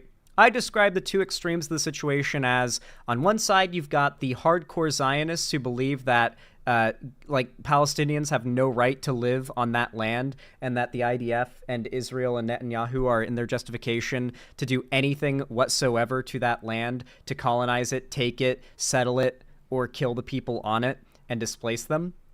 And then on the other radical end of the issue, you've got the super Gaza protesters who are literally in favor of Hamas, make excuses for and even clap and cheer for the October 7th thing. They make they praise, we're talking the Hassan shit, right? They refuse to vote for Kamala Harris because they don't think that she is willing. She's not easy enough. She's too easy on Israel in their view, right? Those people. Bro was about to say Gen 6. Go easy on me. Go easy on me, okay? Bro was about to... You're giving me shit for almost saying the wrong thing. That is crazy. That is crazy, dude. Anyway, like I was saying, though, it's I can identify two extremes in a situation if I'm talking about there being a situation where there's two extremes and the extremes are both wrong. And I think it's important to identify the beliefs of both those extremes. When people don't do that and they just sort of gesture at the idea of there being two extreme sides, to me it feels like they're doing this bullshit. Ironically, based on what this video is called, it feels like they're playing an act of like trying to come off as centrist, as like like they want people to think they're a hyper reasonable center-leaning person who just forms their opinions based on what information they have in front of them. You know, they're trying to come off as like a logic lord, when in reality they're just waffling. They're just yapping. They didn't actually say anything. They just implied there are two radical sides of a situation. There usually are, but if you can't identify them, then I don't think your opinion matters. If you don't identify them, I should say. Not if you can't, if you don't. Absolutely poison a channel, especially if it's a channel that built its fanbase on completely different content. This is something that even I am afraid of. I started making my content because of being sick of it all and wanting to be another voice against it, but one that aspires to use common sense and call out whatever bullshit I find wrong, no matter what side it is coming from, hence the videos on Independence. But this is... It's so fun watching as like Chud right-wing grift YouTubers wanting to enter this space realize that they're fighting over a now shrinking audience, and now they're attacking each other. They're attacking larger mainstream YouTubers and each other to try to like poach off of each other's audiences and convince each other's audiences they're the real non-shill who's willing to call out the woke agenda. And they're going to destroy each other fighting over each other's audiences. It's very pleasant to watch. Still not the type of road that I want to go down perpetually. I wish to eventually carry on making videos about games, as it is what I am mostly passionate about. Videos about praising the things that I love and roasting the things that I don't. Talking about the industry, doing retrospectives, commenting on things that I find problematic and on things that I find exciting, calling out predatory monetization. Oh, woke, you said problematic. Alright, let's see what the duality is. He bored me. The situations that I just got done mentioning. But from what I keep seeing, this is not the case at all. The Actman is perfectly happy to lean into these matters and talk about them. He's just not happy to actually do it in good faith, with good intentions, or with any interest in the matter whatsoever. And what is particularly annoying with the way that he conducts himself in these matters is this duality that he seems to have. On one hand, he presents himself as just this dude, neutral, chill, willing to participate in moderate conversation, have a debate, lay things down, reflect on them, and maybe even attempt to find a common ground. But on the other hand, he's on the far opposite side of that. He claims he's sick of this supposed pussy-ass political ideologues masquerading as gaming content creators who serve only to invade our gaming space and shove political agenda. Wait. He's literally referring to people like Andy Pants, who this guy, who we're covering, made a video on. You're showing tweets where he talks about being like middle of the road on things from months ago, while showing tweets from like a few days ago that specifically are in reference to a guy that he is in drama with because he's had his eyes open to the fact that the people attacking him are grifters that are just upset. They're not actually upset at him for not calling things woke. They want to poach his audience, and he recognizes what's happening. Especially in that Andy Pants debate, the way that Andy Pants could not even attempt to act in good faith and make a real argument. He just like kept trying and failing to do gotchas on Actman to try and convince Actman's audience to sub to him instead. Like, it was just very blatant what he was doing. Actman could tell what he was doing. He called it out multiple times. He knows that these people are grifters now. He's had that firsthand experience, and he's calling it out in these tweets. So what this guy is mad about, and what this guy is upset about here and calling Actman out for as the basis of him being a hypocrite on his centrism, is that he has now had his eyes, as of 3 days ago, he's had his eyes open to this grifter thing after getting attacked by these people, and supposedly he's a hypocrite because what he tweeted here contradicts something he tweeted months and months ago, months before the events that spurred on these tweets. Because apparently, if you don't act as though time is non-existent and exist as a completely stable, non-changing, non-developing person online with opinions that sometimes develop or like mature, then you must be hypocritical. Mind you, we've all watched how Actman developed this mindset that led him to posting this tweet, and it's completely reasonable. There's no like flip-flopping or grifting or like like mind-changing out of nowhere that happened here. This is like a very reasonable thing to say after what he went through. And this guy's mad about it because, once again, another big YouTuber is starting to realize that there is a community of right-wing grifters that are predating off of the gaming community for their own bottom dollar. And it's going to start getting called out by much bigger figures than it has been on the left for years. And these people, I think, are genuinely scared. This down the throats of any unfortunate enough to consume their dog shit content. He even calls them parasites, just like I do. At face.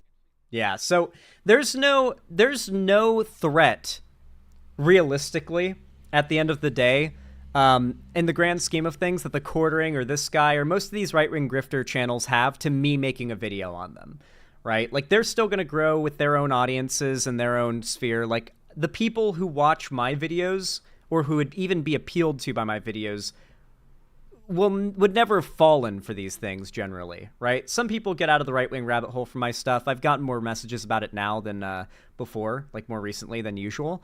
But it's still not the majority of my viewers. Most of my viewers were already progressive-leaning or like somewhat apolitical when they got into my content. But Actman, on the other hand, has an audience of people who are, a lot of them are apolitical, but a lot of them are a little right-leaning. Like a little bit, like a lot of them are predisposed to getting into this content.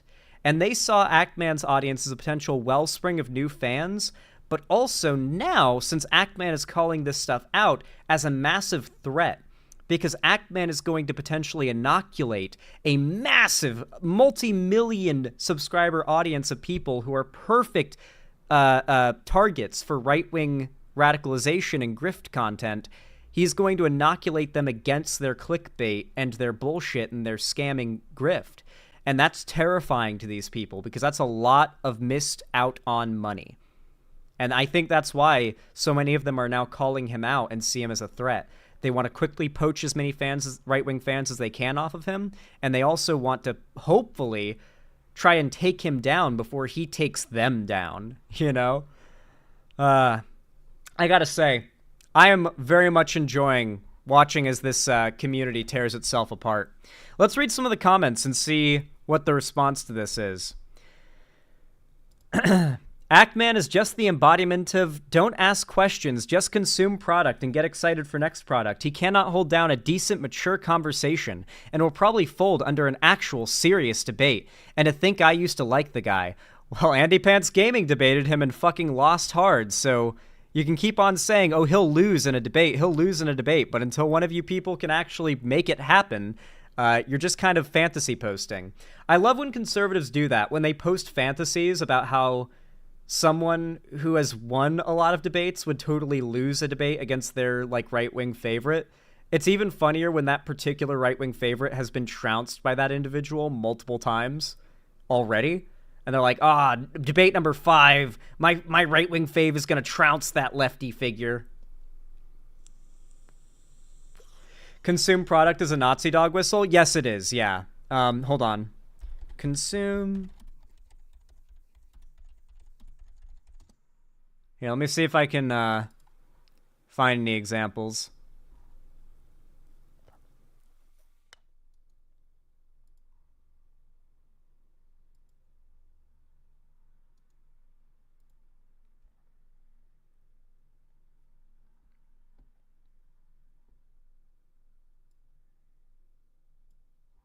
Yeah, so here's like some of the things that come up.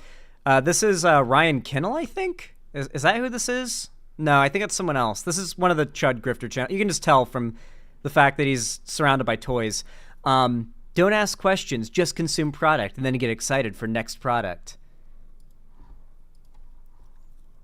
I love this one from It's a Gundam. Fallout show. Don't ask questions, just consume product. Who remembers when they took the biggest L ever on the Fallout show, calling it woke? They really couldn't, like, not, considering there was a female lead and a black lead. So how are they going to say it's not woke? But they attacked it before it even came out. I remember there were there was almost, you guys may find this crazy because of how beloved the Fallout show is, but the Fallout show almost got Rings of Powered. It almost got Rings of Powered, where like the narrative that it was bad would almost started hard enough that even though it's a great show on release, the internet wouldn't let that be true online, if that makes sense. Like the fallout, to give you an idea of like the insane attacks against this show before it released, not even from the right, but just the internet trying to hate the show before it even came out. Who remembers when the clip of Lucy negotiating with the ghoul dropped on Twitter, and the comments were nonstop hate? People were saying, oh, they filmed the scene in a certain way with the characters standing in certain positions, specifically so they could clip it for vertical format to use on to make TikTok and shorts advertisements. They filmed it in this way just to advertise it. There were so many insane conspiracy theories that people were making up and that were getting like traction. But then the Fallout show dropped, people gave it a chance, and they just weren't fast enough in establishing the, all right, guys, we've all agreed to hate this no matter what, kind of bandwagon before it came out that they did with Rings of Power.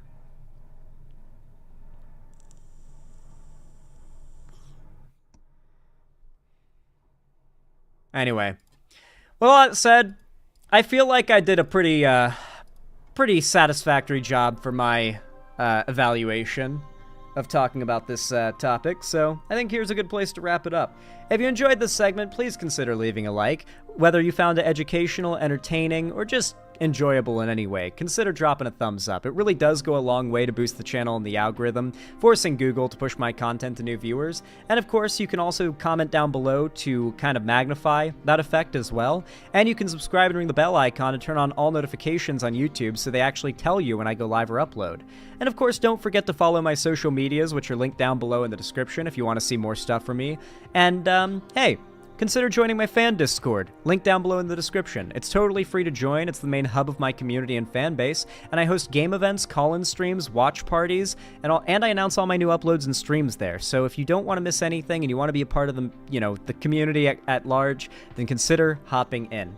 And of course, finally, if you've got the money for it and you feel like it, consider donating, subscribing, or gifting a sub on my website, xanderhall.com/live, or supporting me financially through YouTube, Twitch, Streamlabs, StreamElements, Patreon, or buying merch to the Streamlabs link down below if you want to help me keep the lights on and a roof above my head here at the Xander Hall studio. It really means a lot. But regardless of how you support me, even if you're just a lurker, I really appreciate it. And as always, I hope to see you again, and have a good one. How do you guys like that segment? I feel like it came out really good, actually. I feel like that was a really, really good segment.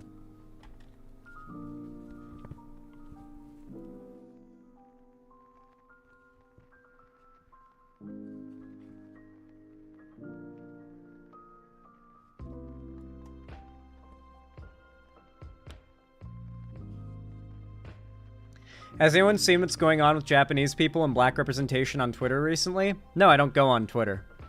Like, pretty much ever unless I'm on stream. Or if I'm, like, really trying to catch up on stuff and see if there's, like, if something crazy just happened, I might check Twitter and just look at what's being talked about on that topic. But yeah.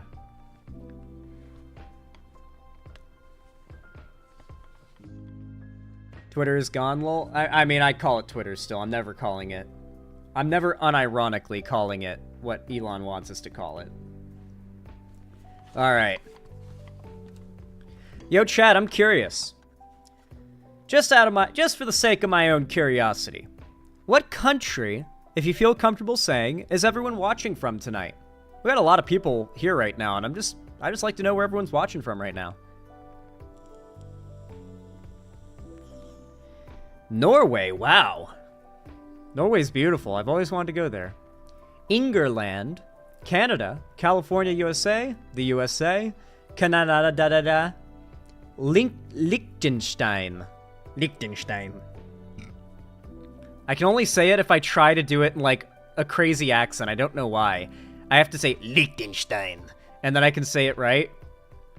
But if I just try to say Liechtenstein, I can't do it in my normal voice. I have to literally, like, I have to play a character to pronounce it right. Oh yes, we are going to Liechtenstein. Yeah, alright. Anyway. Virginia, Pennsylvania, Eastern Washington, Dipshit, Texas. Northern Ireland, hell yeah. The home of Hightail. New York, USA.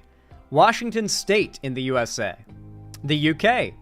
Walter's House. Cucked, Sweden, aw. South Dakota, I'm sorry. The DMV, once again. Terrell's still at the DMV weeks later. Texas. Southwest Wisconsin. The United States of America. America.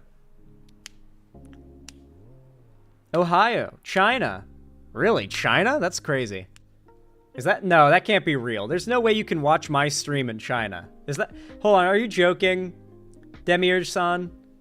Are you joking? Is it? How are you watching my stream in China? Maybe I'm wrong, but isn't YouTube, like, blocked? Are you using a VPN? I guess you could be using a VPN. How do you get the VPN? Holy shit. Listen, alright? I need you to smuggle me in, alright? I've got some work to do.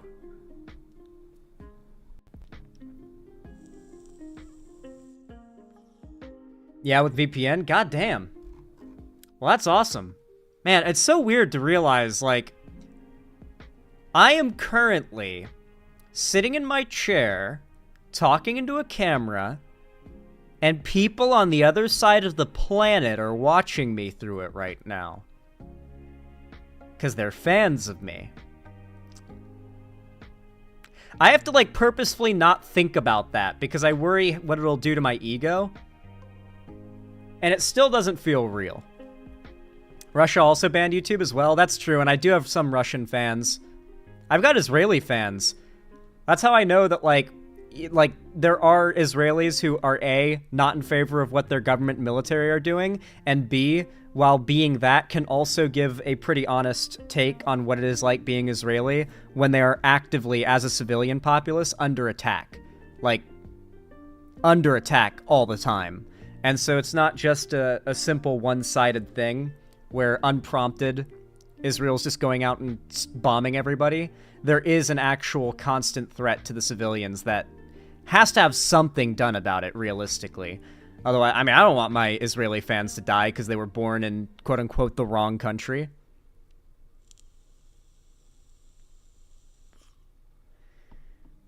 You'd probably also be banned in my household, lol. My dad is super MAGA. You should call him and then tell him to get Discord and then add me so I can debate your dad. I want to debate fans' parents who are conservative. That would go fucking crazy, dude. Wouldn't that be wild if I did, like, debates with the conservative parents of fans? Dog, that would be wild. That could be crazy, dude. That could be genuinely good content. And who knows, I could end up changing the living situation of one or two, like, I don't know, LGBT kids who have parents that are super ignorant and just need to have, like, a trained and researched, prepared person who's, like, on the outside, challenge their worldview and educate them. It could have some positive real-world impacts. My stepdad would have a heart attack on stream. Yeah, I'd have to tell them that's being recorded for legality purposes, by the way. Anyway, guys, very quickly, I'm going to take a restroom break really fast, empty up my bladder, and then we're going to hop on and get right into the next segmentarino. You'd get someone kicked out? Well, obviously, they'd be opting into this idea, so I assume they would have the knowledge of their parents enough to recognize whether it's a good idea to do that. If their parents are, like, generally good, reasonable people who just have cringe politics that need to be addressed and they seem like they could be changed, then those would be, like, the prime parents to try and, like, debate with. And I'm not even talking about, like, I'm talking about, like, adults' parents, by the way. Like, if you're, like, a 19-year-old college age and, like, your parents are a little cringe about certain things, see if you can convince them. That'd be kind of crazy.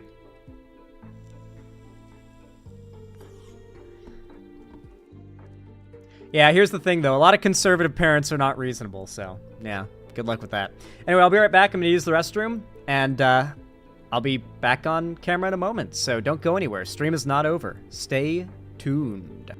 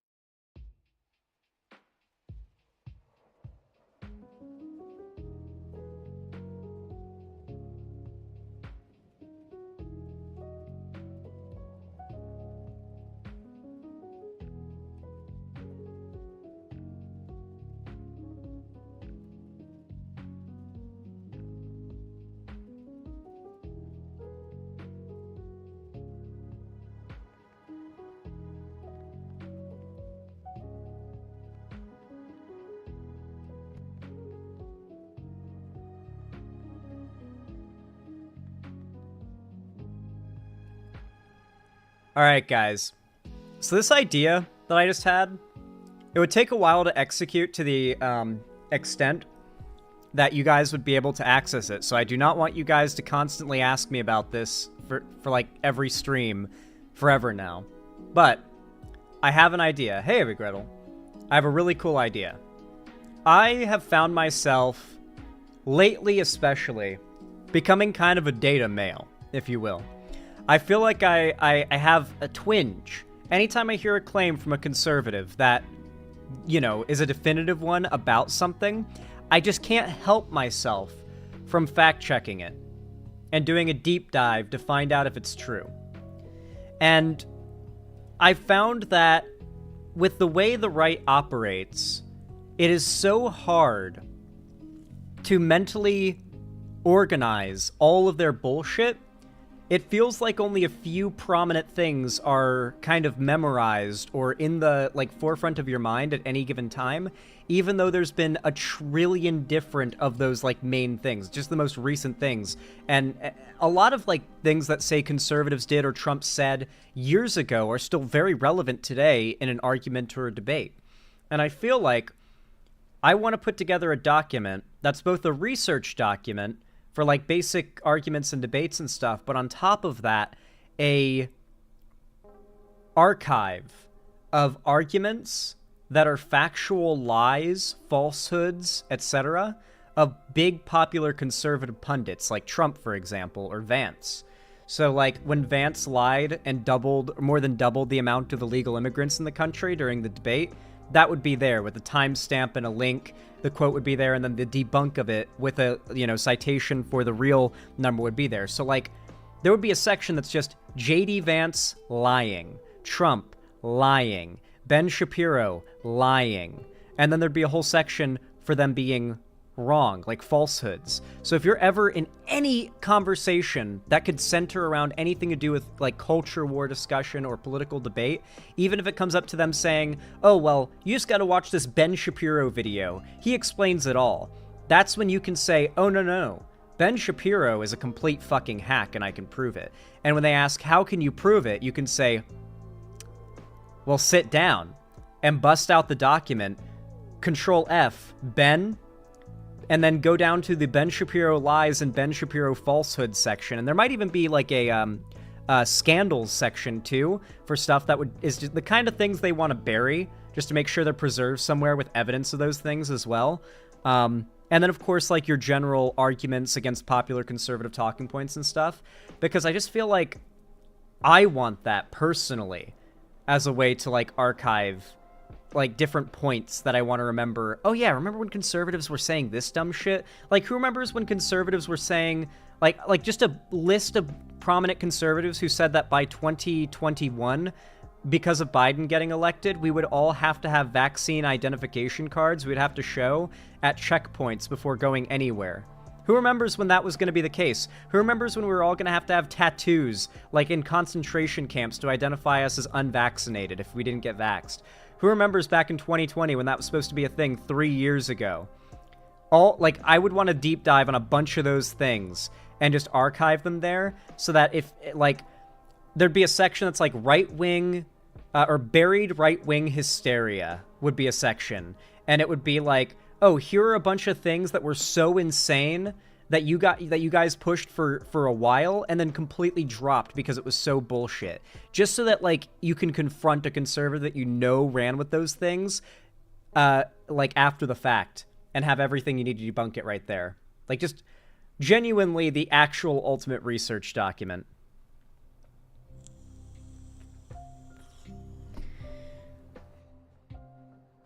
Yeah, eating the dogs and cats thing really needs to be added to that because the right's already burying that hard. Like, the GOP is burying that. Like, the second Vance admitted that was bullshit and he made it up, the GOP started burying it and right-wing media started burying it and conservative voters started memory holing it. Never let them live these things down. Stop letting them memory hole these things. We need a way to, like, make sure we don't get gaslit into memory holing these things.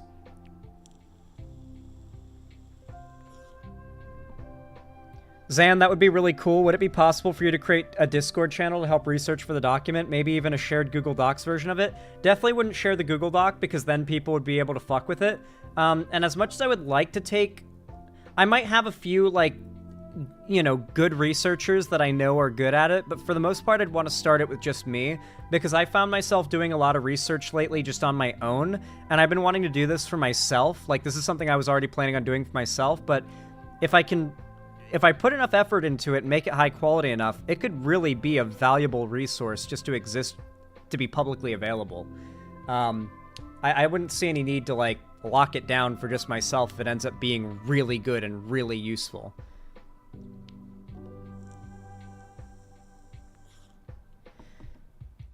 I think you can restrict people from editing it. Yeah, but then what's the point of making it a shared thingy? You can share the doc if you make all the people that click it instantly visitors instead of editors. Yeah, I can share...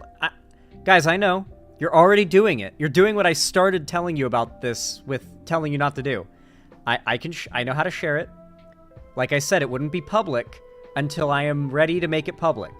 And it's going to be a while before that, like, is even a thing. So don't start bothering me about whether or not it's going to be here soon every stream. It'll come out when it comes out, okay? It's just an idea that I've had for a while, and I just want to tell you guys about it. But don't make me regret that I told you guys about it.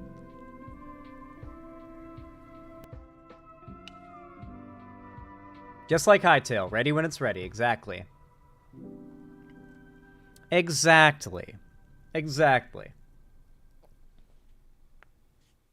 Yeah, once it's public, I'm sure I'd have it, like, editable by certain people. And it wouldn't just be left there, it would be constantly updated, yeah. I find myself doing a lot of research constantly, and there's always a new scandal or a new thing the right is making a culture war point of, and those gotta get added as they're happening. It's gonna be a lot of catching up, and once it's caught up for the most part, that's when we can start to add new talking points, new things. Like, there's gonna have to be a whole section for Sweet Baby Inc., a whole section for DEI, a whole section for ESG score. Like, all these things are going to need explanations of what they really are, and then what the right claims they are, and numerous quotes and wordings of how the right will say it, just in case you run into an NPC repeating a pre-written dialogue line. If you encounter that NPC line might already be in the document, and you can just have your own response for it. Although it wouldn't be like a canned response, it would be, well, here's the actual truth. Communicate this in any way you need to. But you'll notice about a lot of these conservatives, they literally have canned NPC dialogue. The Message, for example, is a really good piece of canned NPC dialogue. It reminds me of, like, Skyrim NPCs when they say no lollygagging, you know? Yeah, critical race theory would have its own section. Yeah, so there's a lot of catching up it would have to do, so it would take like a month or more to get it like ready for public release. But then once it's publicly released, it's got to be updated with all the new bullshit they spew. And dates, too. I want to add dates to it and be like, this is when this was prominent, and this is when these quotes were made. This has been memory hold, you know, that kind of thing. What the fuck? Just made the meat for some tacos and the shells are moldy? Oh no, I'm so sorry. That's the fucking worst. Was the package broken and was it stored in somewhere wet? I'm so sorry. That's like the worst.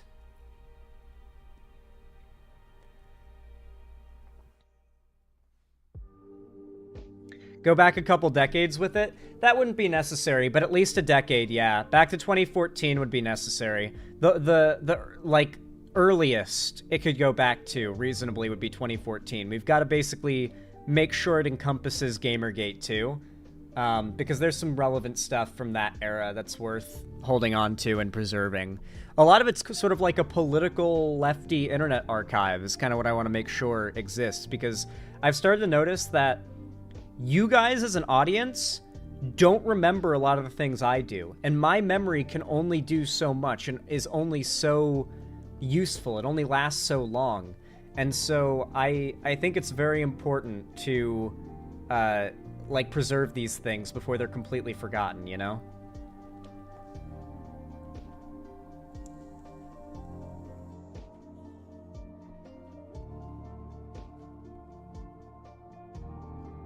Alrighty. Let me go ahead and bring up the next segment, huh? Let's do it.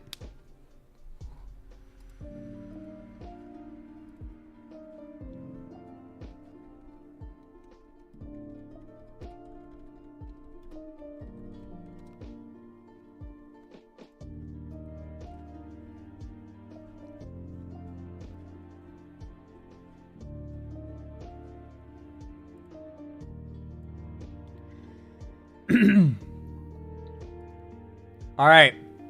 Y'all know what to do when I say action, right? 3, 2, 1, action.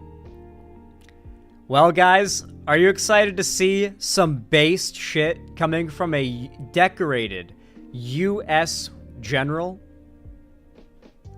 This guy actually got himself in the news a while ago because he had made a statement defending trans and LGBT members of the U.S. military.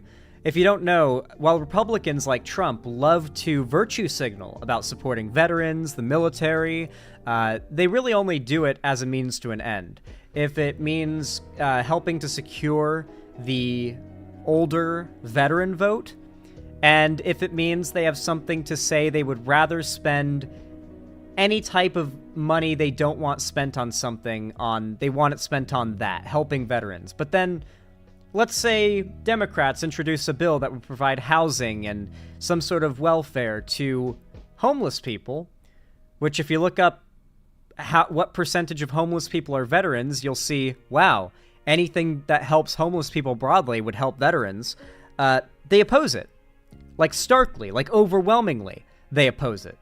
The fact is they don't care about veterans, they don't care about our armed forces, but they will virtue signal, and they will use them shamelessly for their own gain. I've called this out for a while, and so has this general, Mark Milley. And a news story has come out because he is back in the news calling out the bullshit of Donald Trump. Trump's top general calls ex-president fascist to the core and, quote, the most dangerous person to this country, new book says. General Mark Milley expressed his concerns about Trump to author Bob Woodward in March 2023. For those that don't know, we've covered another story that broke because of Bob Woodward. Originally, I was like, okay, why is this book being taken as gospel, this Bob Woodward book? What is this guy's deal? Is he like a big deal? Is there a reason that the fact that this came from him alone is why everyone's taking it seriously? Because besides that, there's been not a lot of independent confirmation. There couldn't be, based on like how this was leaked and how deep these leaks are. Turns out Bob Woodward was one of the leakers of the Watergate scandal. Yeah, that Watergate scandal. The Watergate scandal. He was one of the people who broke that story. He is renowned as the guy the journalist him. He goes in and he figures out the story and he gets it out there. And so he apparently interviewed this general, and that's what he had to say about Trump. Fascist to the core and the most dangerous person to this country. Mark Milley, the U.S. Army general who Donald Trump appointed as chairman of the Joint Chiefs of Staff. Wait, what? Oh, I got paywalled. Wait, they did it in the most scummy way possible, where they showed for like 5 minutes the article was readable, and then they... Wait, can I... Okay, no, I can still read it. Okay. I was able to reload it and make it go away. I think I can still read it. I was about to be so mad if they'd hit me with the paywall like New York Times does. Milley, a decorated military officer who became a target for right-wing scorn after it became known that he expressed concerns over Trump's mental stability in the wake of his 2020 election loss to Joe Biden, is described by journalist Bob Woodward in his new book, War, as incredibly alarmed at the prospect of a second Trump term in the White House. The Independent obtained a copy ahead of the book's October 15th release date. In the wake of the January 6, 2021 attack on the Capitol by a riotous mob of the then-president's supporters, Woodward writes that Milley insisted on securing a meeting with the then newly minted Attorney General Merrick Garland to urge him to investigate domestic violent extremism and far-right militia movements. According to Woodward, a senior Department of Justice lawyer said at the time that Milley's sit-down with Garland might have seen the first ever meeting between a chairman of the Joint Chiefs of Staff and the country's top civilian law enforcement official. He writes that the general asked for the meeting because he was deeply convinced that Trump remained a danger to the country, even though he had been forced from office after Biden's election win. This general had been, oh my gosh. So this general just straight up is like, yeah, no, Trump is a monster. We are genuinely concerned about him within the military. That is really scary that the military generals are afraid of Trump. Like, think about that for a second. The military generals are afraid of a Trump victory. Man. That is not reassuring. I'll say that. But the Army veteran expressed even more strict concerns to Woodward himself at a March 2023 meeting at the Willard Hotel in Washington, D.C. Woodward writes that when he approached Milley at a reception, the general spoke first and told him, "We gotta talk." He told the journalist that no one has been as dangerous to this country as the former president. He asked, "Do you realize, do you see what this man is?" Milley, who has been a source for Woodward's last book, Peril, said he'd glimpsed Trump's true nature when they previously spoke during the writing of that 2021 release, but he had said he didn't know exactly what the ex-president was at the time. He is the most dangerous person ever. I had suspicions when I talked to you about his mental decline and so forth, but now I realize he's a total fascist. He is now the most dangerous person to this country, General Mark Milley said. A fascist to the core, he repeated. The general's private comments to Woodward, which had not been previously reported, were echoed in cutting remarks Milley made publicly at his September 2023 retirement ceremony when, without mentioning Trump's name, he appeared to take a swipe at the ex-president. In the impassioned speech, he defiantly said the U.S. military is unique among the world's fighting forces because it does not profess fealty to any one person. That is supposed to be true. And it is true, I think, generally. Yeah, I don't think our military is really, like, favorable to one president over another. Like, granted, I think they're unfavorable to Trump, if anything. But they've actually, like, the only problem they have with him is how he's, like, a danger to the country, and they've sworn to protect this country. So I think it's fair that they might have a little bit of a bias against him, the higher-ups in military. They've had to deal with his bullshit.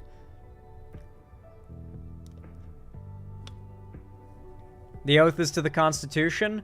Well, technically yes, but the oath in spirit is to the American people. Quote, we don't take an oath to a country. We don't take an oath to a tribe. We don't take an oath to a religion. We don't take an oath to a king or a queen or a tyrant or a dictator, he said. Apparently referencing Trump, he immediately added, and we don't take an oath to a wannabe dictator. We take an oath to the Constitution, and we take an oath to the idea that America is, to the idea that America is. And we're willing to die to protect it, he said. Based. Mind you, the idea of America is that it's people, life, liberty, pursuit of happiness, so it's people, right? Anyway, I really do appreciate this sentiment. Obviously, he subtweeted Trump before, but now we know overtly he despises him and views him to be a fascist. Now, naturally, conservatives, as they want to do, are going to get really guarded up at the accusation that Trump is a fascist. So I feel like we ought to go over what I feel is one of the most respected and agreed upon by most that aren't like insane conspiracy theorists, I guess, ways to like identify a fascist. And that's Umberto Eco's 14 fascism. I love Umberto Eco's 14 points for identifying fascists because really no definition is good enough. You kind of just have to create a checklist and see how many of the check boxes are marked off. And if a suspicious amount are marked off, then you're probably dealing with a fascist. So let's go ahead and read what these points are. The cult of tradition. One has only to look at the syllabus of every fascist movement to find the major traditionalist thinkers. The Nazi Gnosis was nourished by traditionalist, syncretist, damn, I can't say that word, syncretist occult elements. Basically, the way that conservatives operate now, where they make AI-generated images of Trump where he's like Jesus, literally Jesus. You've seen these images. 2, the rejection of modernism. Do I need to say any more? Really? Do I need to say any more? The cult of action for action's sake. How many times have you seen conservatives just basically saying you need to act, you need to act, you need to act, even if the form of action is just watching their videos and giving them money. The rejection of modernism, we did that. Cult for action's sake. Disagreement is treason. I mean, obviously, we've seen how they treat literally anything they deem to be woke or progressive. They talk about it like they're constantly victimized for their beliefs, but then the instant that someone disagrees with them and is just minding their own business, they try to destroy their lives, get them fired, call them, like, groomers and shit. Like, we've seen how they actually act. Disagreement is treason. Fear of difference. Need I say more? Appeal to social frustration. One of the most typical features of the historical fascism was the appeal to a frustrated middle class, a class suffering from an economic crisis or feeling of political humiliation and frightened by the pressure of lower social groups. So basically, look at what's happening in Springfield, Ohio, where they were convinced that these Haitian immigrants that were able to outbid them on rent prices in that town were a threat to them because like white capitalists are fucking them over and giving them low wages and they can't afford to like live, and they're blaming the immigrants that can afford higher rent and not the people not paying them enough to live, or hell, even the landlords that are willing to pay or receive these higher rents and just deny locals because they can't afford it, right? Because, like, they'll just raise the rent prices if they realize that there is a market entering the city that can pay those rent prices, and so they did. And that left a bunch of the people in Springfield, Ohio, out to dry. Mind you, Kamala Harris is the only one actually running on policy that will acknowledge this problem, and that is building millions and millions of free, affordable housing around the country. Units, that was the word I was looking for. Appeal to social frustration. The obsession with a plot. The followers must feel besieged. The easiest way to solve the plot is to appeal to xenophobia. The obsession with a plot. What does this remind you of? It can't be that there are just a lot of people that don't agree with them politically. There is a small but loud cabal who has a plot and an agenda to push the message. Obsession with the plot. The enemy is both weak and strong. We went over that literally in the last segment. Look at your average, any conservative talking point. Before, we were going over conservative, like, anti-woke game grifters who were talking about how simultaneously wokeness in games kills every game it touches, like Concord, and it's pushing people away from wokeness by being so bad. But at the same time, it's a virus that is spreading, and if it's not fought against, it's going to destroy all of gaming and Western civilization or whatever, right? Even though, logically, the first, argument for why it's bad would suggest that it's a problem that solves itself. The second argument for why it's bad is an argument for why you have to act to solve it, because it's too strong to fail on its own. These are contradictory ideas that the same people will push, even in the same breath. The only consistency is that you should act, for one reason or another, to fight against the enemy. And the enemy you should fight against either because they're weak, and you're somebody who is a predator that is looking for easy targets, and wants to, target a movement and attack it and hate a movement that is weak and easy to destroy. It appeals on that notion, while also appealing to those that feel like they're victims, who are, in retaliation or self-defense, reactionarily adopting conservative or fascistic opinions and beliefs because they believe they're under attack by a powerful force they need to stand up against or they're going to be destroyed. So two very different types of people prone to reactionary politics are appealed to by fascism by two very contradictory arguments.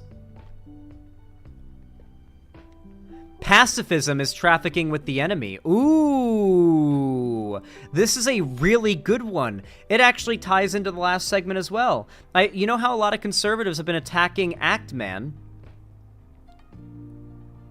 They've been attacking him because he isn't calling out minorities in games, because they consider pacifism trafficking with the enemy. They consider Actman too passive, so he's basically woke to them. That's actually a really good, I forgot that one. Contempt for the weak. I mean, that I shouldn't have to say much more. Everybody is educated to become a hero. In fascist ideology, heroism is the norm. This cult of heroism is strictly linked with the cult of death. This isn't necessarily the positive thing that it might sound like. The cult of heroism is the idea that you were born to die a heroic, sacrificial death. And that may sound good in a sort of selfless way when you, like, think about it, but when you realize what it actually means in practice, it usually means dying for your country, dying for nationalism. That's the sacrifice you're making. Being convinced that dying for a country is like saving people and sacrificing yourself and being a hero. Machismo and weaponry. Obviously a big part of modern-day conservatism, but not exclusive to modern-day conservatism. Mind you, none of these points are exclusive to fascism. That's why I like this as a definition more than a single, like, paragraph definition, because there are plenty of ideologies that meet a good handful of these points that aren't fascist. But if something meets a lot of these points, or if someone meets a lot of these points, like Trump, then they're probably fascist. If it walks like a duck, it quacks like a duck, then it's a duck. That's pretty much what this line of points argues when it comes to fascism. Selective populism. This is a really good one. How often do you see conservatives co-opting leftist talking points in favor of the working class in order to push fascism, far-right beliefs on the working class? Trump does this a lot, like with immigration, right? And all of his economic policy, where he says, I'm going to lower taxes for you guys. And then finally, fascism speaks in newspeak. All the Nazi or fascist school books made use of an impoverished vocabulary and an elementary syntax in order to limit the instruments for complex and critical reasoning. This is why words like woke are used to consolidate and demonize and simplify what the left believes, or what any form of, like, leftist theory posits. If you can just put it all under one simple, one-syllable, demonized word, then you can propagandize against it effectively without accidentally exposing those that you are trying to brainwash to the enemy's worldview. You can keep them in the echo chamber while also giving them ammo that they need to fight against the enemy. Trump meets literally every one of these points. Like, the GOP as a whole these days meets literally every one of these points. A lot of conservatives who make YouTube videos on the internet meet almost every single one of these points. When I say that Trump is a fascist, and when General Mark Milley says that Trump is a fascist, it's not an exaggeration. He is. He objectively is. These are 14 things that are identified about every fascist regime in the past, and these are all true of the GOP, Republicans, and Trump, specifically. Mark Milley was cooking here. That's all I gotta say. I think it's bad for Trump that even people that are high up in his administration from when he was president are now calling him out as dangerous to this country. Anyway, with all that said, if you enjoyed this segment, please consider leaving a like. Every thumbs up goes a long way to push my content in the algorithm, forcing YouTube to boost my stuff, and brings in new viewers. It really does help a ton, as does commenting down below. It actually compounds that effect too, so I really do appreciate it. You can also subscribe and ring the bell icon to turn on all notifications so that YouTube actually tells you whenever I go live or upload, because believe me, they won't do so otherwise. I can confirm that from experience. On top of that, if you want to see more from me on other platforms, you can follow my social medias linked down below in the description, and don't forget to join my fan Discord linked down below as well. It's the main hub of my fan base and community, and on top of that, I host game events, call-in streams, watch parties, and I announce all my new uploads and streams there too. So, if you haven't already joined, make sure to hop in there so you don't miss anything. Finally, if you feel like it and you can afford it, please consider supporting me financially by donating, subscribing, or gifting a sub on my website, xanderhall.com/live, or supporting me financially through YouTube, Twitch, Streamlabs, StreamElements, Patreon, or buying merch of the Streamlabs link down below. I really appreciate it, and it really helps to keep the roof above my head and the lights on here at the Xander Hall studio. So thank you once again, and no matter how you support me, even if you're just a lurker, thank you so much for watching, and I hope to see you again. How do you guys like that segment? I feel like it came out really good.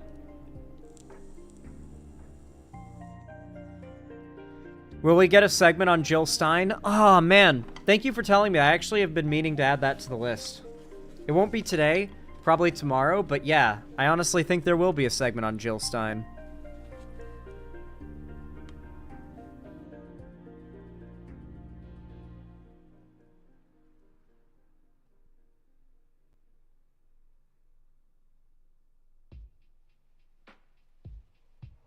There we go. What seggy did I miss? I was having Thanksgiving dinner. Trump getting called a fascist by his top general when he was president.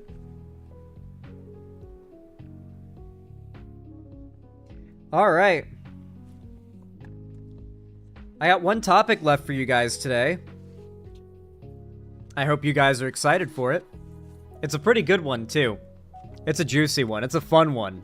Just in general, it's fun.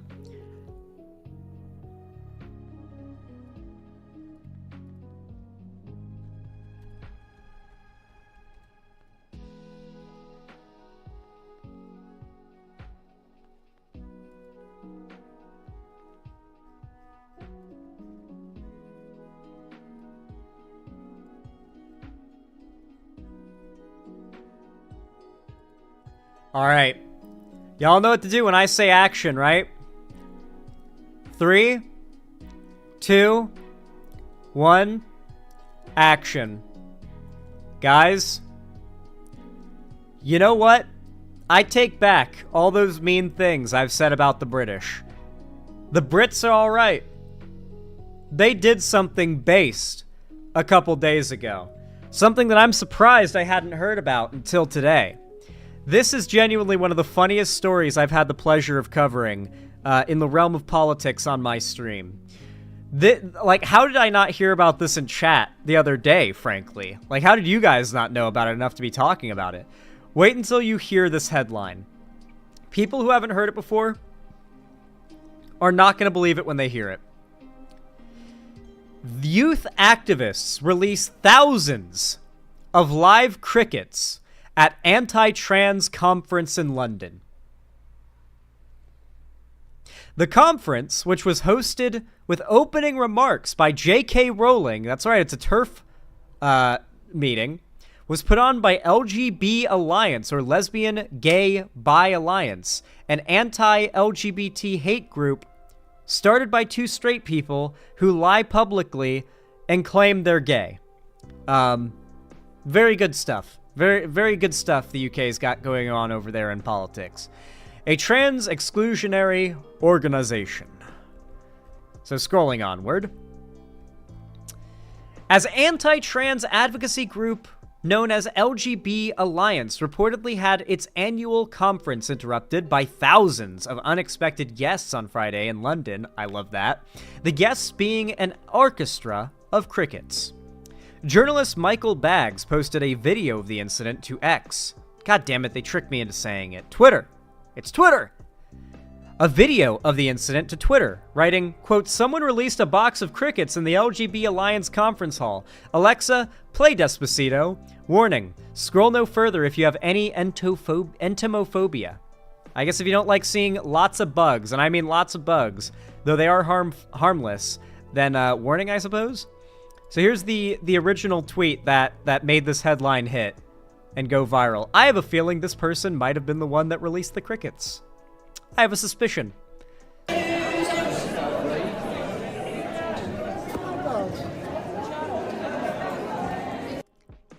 Listen, guys, can I just say I think it's really funny that someone was like, okay, without hurting anyone or committing literal terrorism, how can I disrupt a massive gathering of mostly women? What could I do in a big room? Could I release some sort of agent that isn't harmful or illegal? Like, what could I do that would scare a group of I'll release a shitload of bugs. 'Cause, like, think about it. You know the majority of people here are women. The chairs are purple, for God's sakes.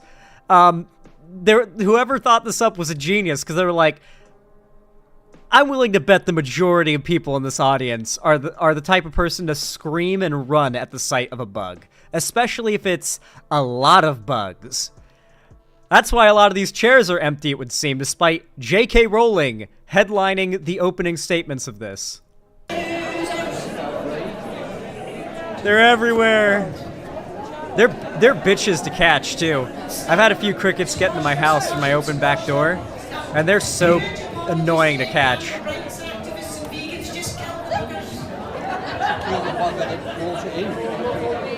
Everyone's standing up.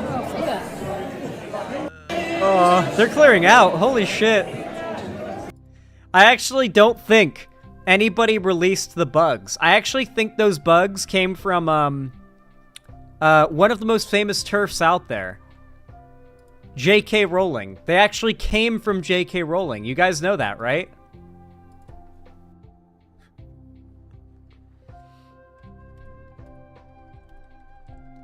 Don't you guys know that, there's like some GoPro footage of, the experience of what it's like to be J.K. Rowling's, maid.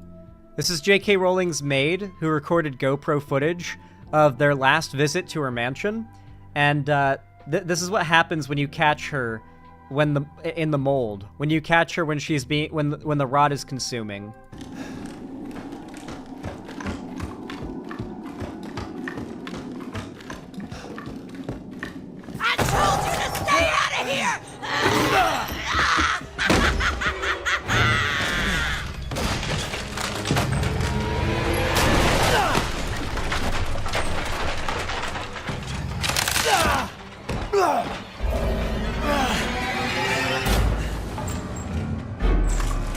All right, you little cocksucker, let's get down.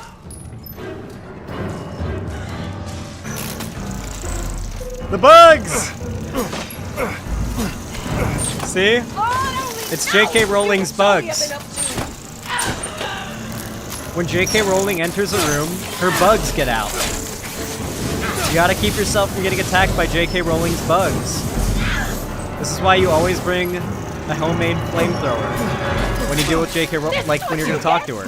Not for her, but for the bugs she produces. You don't want to know where the bugs come from, guys. You don't want to know where the bugs come from. You don't want to know how she makes the bugs. Anyway. LGB Alliance, a hate group, was founded in 2019 as a trans-exclusionary alternative to Stonewall, the largest LGBTQ plus advocacy organization in Europe. That is insane. The largest quote-unquote LGBTQ plus advocacy organization in Europe is an anti-trans hate group. Good God. Anti-trans activist Jamie Reed was reportedly about to speak when the bugs were dumped. According to tweets, J.K. Rowling spewed her bugs. Reed was a former caseworker at Washington University Transgender Center who has since pivoted to becoming a whistleblower, quote-unquote, speaking out about the supposed harm of gender-affirming care for youth. Yeah, I get it. The pay at those clinics is pretty low. The conference also hosted an opening message by none other than Mother Terf J.K. Rowling, who was met with applause when she stated during her remarks that lesbians don't have penises. The anti-trans author has since taken to X condemning the noble cricket soldiers. Quote, did any of those releasing insects in an attempt to sabotage at Alliance LGB conference have a split second of sanity in which they thought? Wait, hold on. Did any of those releasing insects in an attempt to sabotage the Alliance LGB conference have a split second of sanity in which they thought, am I in fact proving every critic of gender identity ideology right? Is trying to disrupt a meeting of gay people a tad homophobic? Ma'am, these crickets are allies. I love that way of ending the paragraph. It appears that the activists behind the cricket chaos are Trans Kids Deserve Better, a UK trans rights group. On Instagram, the group posted a satirical video of someone in a cricket costume reporting the breaking news of the incident. Quote, our sources at the scene tell us that the talk by Jamie Reed on taking away trans healthcare was stopped by these brave bugs, with thousands of six-legged friends hopping about in protest, the reporter Cricket said. You see, there's nothing illegal about busing crickets to protest. It's completely legal. There is absolutely nothing illegal or criminal about busing crickets to protest. It's completely allowed. The crickets went on to say that while LGB Alliance claims to be harmless, they've opposed conversion therapy bans and platformed proud speeches about shutting down trans healthcare. Quote, who are they helping, the bug said. Quote, with these crickets deciding to fight transphobia, many bugs are standing up for trans kids right now. Antennae held up high. Guys, the crickets are fighting for you. The crickets are pro-trans. In a separate statement posted to accompany the group's crowdfunding campaign, Trans Kids Deserve Better said 6 of us released about 6,000 crickets into hate group LGB Alliance's annual conference. I will say, I think that I hope they all had 1,000 crickets each and released them in different areas. Like, they all split up and released them, like, to maximize the spread of cricketry. What is a group of crickets called, by the way? What is a group of crickets called? An orchestra? No way! Guys, it was an orchestra of crickets.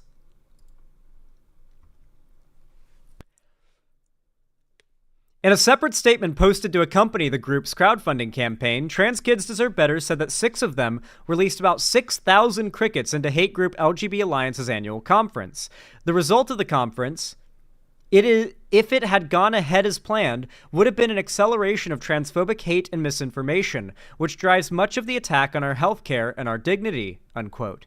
Last month, Trans Kids Deserve Better made headlines for establishing an encampment outside the London headquarters of the UK Department of Education demanding greater protections for trans students.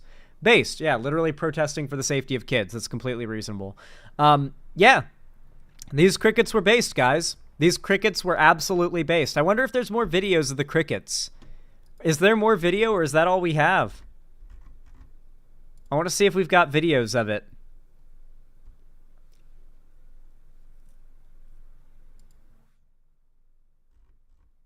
Apparently it's just that one video. Oh, wait, no, we got another one. We got a live one, boys! We got a live one! We got a live one!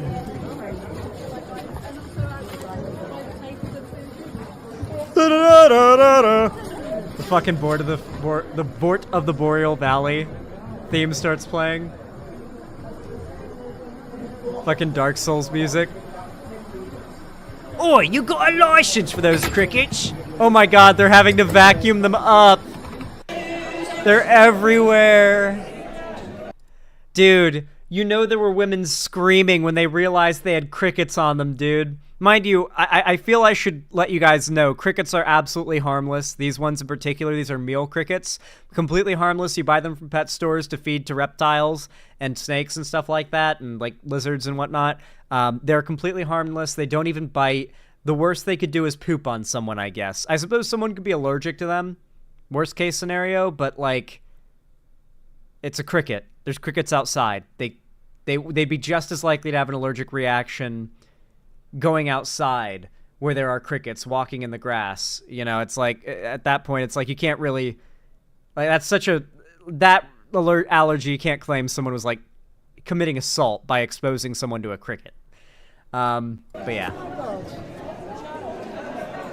Yeah, people tried to say they were a health hazard, despite them being clearly bought at a pet store, you know, considering the cardboard shit they have there to eat and live on that you get from the pet store when you buy crickets. Whoa! What just autoplayed? What the hell, website? UK fucking news website? You can't autoplay something that contains scenes that some viewers may find distressing. A completely unrelated story just autoplaying. I hate when news websites do that, dude. It really does upset me. Yeah, man. What can I say? Looks like the crickets are allies. It looks like crickets have joined the trans rights movement. Absolutely fantastic news. They're going to be fantastic help in the fight against transphobia. So go ahead and give a salute to our comrades, the crickets. You know, we're fighting the good fight together. Fuck transphobia. Both humans and crickets have agreed on something finally, for the first time in the history of this planet. Besides maybe that grass is nice, who knows. Anyway, with that said, I know this is a bit of a shorter segment, but I figured it would be fun to cover. There's not much to talk about other than how absolutely hilarious this is and how based it was to have happened. So with that said, if you found this entertaining, educational, or just downright enjoyable, consider dropping a like. Every thumbs up, totally free, really does go a long way to help my channel and the algorithm no matter what you leave it on, whether it be live streams, live stream VODs, or videos. And of course, consider commenting too, as it compounds the support and benefit of your likes and really does mean a lot to me. And hey, perhaps even consider subscribing and ring the bell icon and turn on all notifications so YouTube also tells you when I go live and upload new videos. I really do appreciate it. Maybe even follow my social medias linked down below in the description if you want to see more from me on other platforms too, and even join my fan Discord linked in the description as well. It's the main hub of my fan base and community, totally free to join, and I host game events, call-in streams, and watch parties there, as well as announcing all my new uploads and streams there too. So if you don't want to miss anything and you want to be a part of the core community, make sure to join that as well. I really hope to see you there. Finally, if you want to support me financially, you can do so by donating, subscribing, or gifting a sub on my website, xanderhall.com/live, or supporting me through YouTube, Twitch, Streamlabs, Stream Elements, Patreon, or buying merch at the Streamlabs link down below. But hey, it really does help a lot. It helps to keep the lights on and a roof above my head here at the Xander Hall studio, so I really appreciate it. But regardless of how you support me, even if you're just a lurker, thank you so much for watching, and as always, I hope to see you again. How do you guys like that segment? I feel like it came out pretty clean, despite it being, you know, kind of short.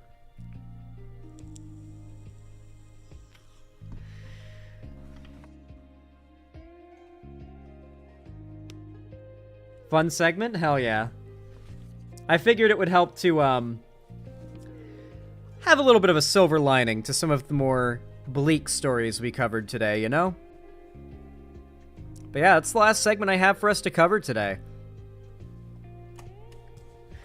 I'm not going to wrap up just yet. I'm going to stay live for like a few more minutes and talk to you guys and stuff and just kind of chill out with you before I wrap things up. But before I, start stun locking with you guys, I want to remind you all, I will be streaming tomorrow as well. So if you want to watch stream tomorrow, then I'll be live then. Hope to see you guys there. But how are you guys doing? How do you guys like today's stream? Was it good? Did you enjoy it? Did you have fun? I feel like it's got to be better than my last couple streams, considering I actually had Monster Energy and caffeine in my system today and wasn't literally on, like, day 3 of caffeine withdrawal.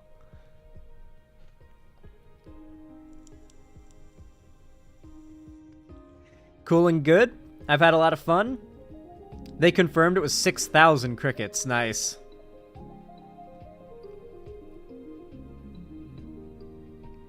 Good stream. Give it milk. True. I'm literally watching this stream at 3 in the morning and I regret nothing. Damn, Galaxy Bomb. This is what it's like when you've got viewers that don't live in America. It's 3 a.m. for Galaxy Bomb right now. That's crazy.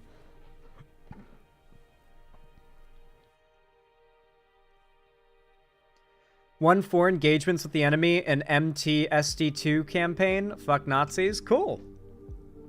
To the LGB Alliance, the T and LGBT has the curse of binding. Real. Real. That is a good reference. I like that. That's a good reference. Guys, do you know what I'm doing after stream today? Do you guys know what I'm doing after stream today? Jerking off. That's a good suggestion, War Penguin. Maybe I'll consider it. But, do you know what show had a new episode that I'm watching after stream? Episode 4 of From. That's right. I'm watching episode 4 of From after stream today, and boy am I fucking excited. You can probably tell from how hyper I've been throughout the stream that there's something I'm looking forward to today after stream. From Puggies. Yes, indeed. Without us? Yeah. Yeah, we're going to be watch partying the next 3 episodes of From. Probably next week. Because this Friday, we're watching the next 3 episodes of Rings of Power. I might end up deciding for us to push all the way to the end of it. So that the week after that... Actually, no. For the week after that, we're going to start The Walking Dead. Perfect for Halloween. Around Halloween. And then From after that, when a 3rd episode has released for our batch. We'll have 6 episodes out by then. And we'll be starting The Walking Dead, which early Walking Dead is going to hit hard during Halloween month, dude.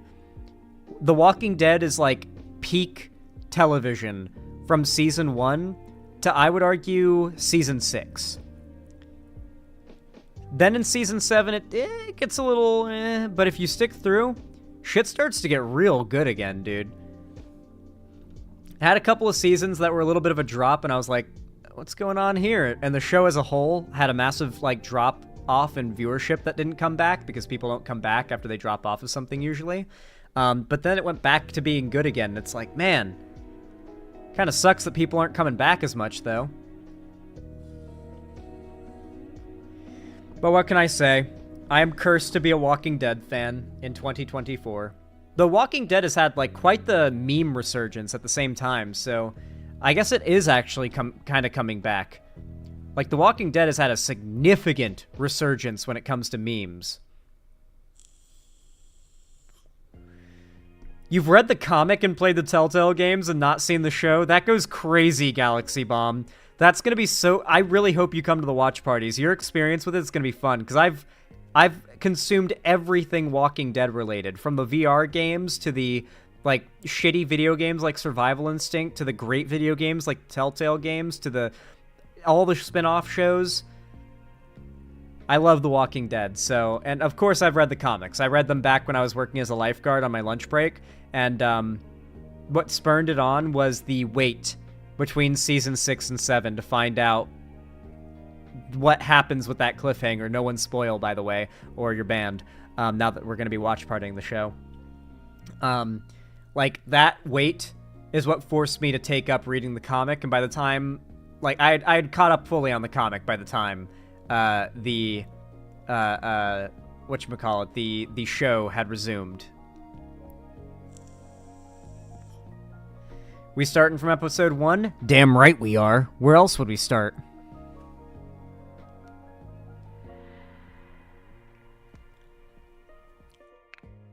Hell yeah, guys. I'm excited. I'm real excited. It's going to be a great time. I really hope to see you guys there. So remember, this Friday, we're watch partying Rings of Power. The Friday after that, we're watch partying The Walking Dead. And the Friday after that, we're watch partying From. Let me make sure that works. Granted, the From watch party is going to be the day after Halloween, but it's still going to work. Also, Zan, a new Creepcast episode came out, so I'll be distracted all night, lol. Yeah, I'm also going to be having to watch that new Creepcast. I'm excited for that one. My dog went missing for 3 months. Or 3 days, sorry, I think it's called. I'm really excited. Hey, chat. Let me just show you my recommendations right now. Obviously, a bunch of lo-fi stuff, because that's my thing that I'm showing right now. But look at my top... Look at the top recommendation. I know. I know there's a new Creepcast, guys. And trust me, YouTube is very aware that I want to know there's a new Creepcast. Anyway.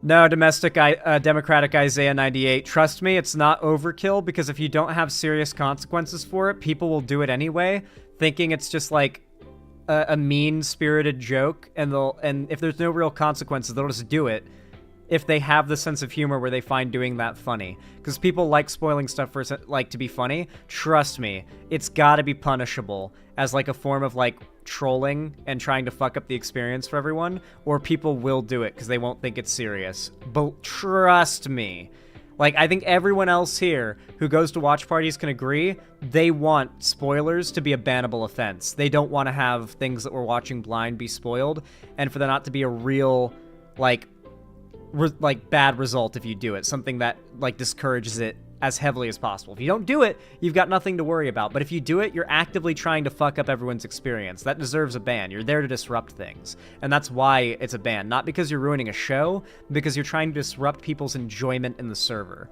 And that's why the moderation exists.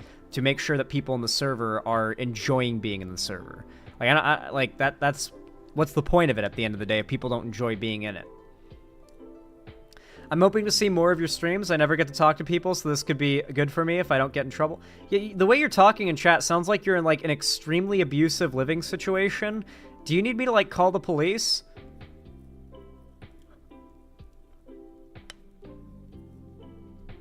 I'll do it.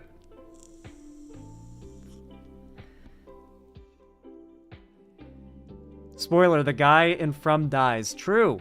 The guy does die. Not extremely, just isolating? Okay. Just sounded a little worrying based on some of the chats you've been posting there. But anyway, listen guys, you've all been amazing and lovely and extremely helpful and supportive today. I really do appreciate it. You guys are awesome. Thank you so much for your kindness and your just being here for me. I appreciate it. I love seeing you guys in stream. I love talking to you guys. Having you guys here is great. Thank you for coming. And I hope to see you all tomorrow. And I really hope to see you all at tomorrow's watch party. Or not tomorrow, Friday's watch party. Sorry about that. Friday's watch party. With all that said, I love you all very much. Thank you for watching. And have a good one. Hope to see you again. Doo-doo fart.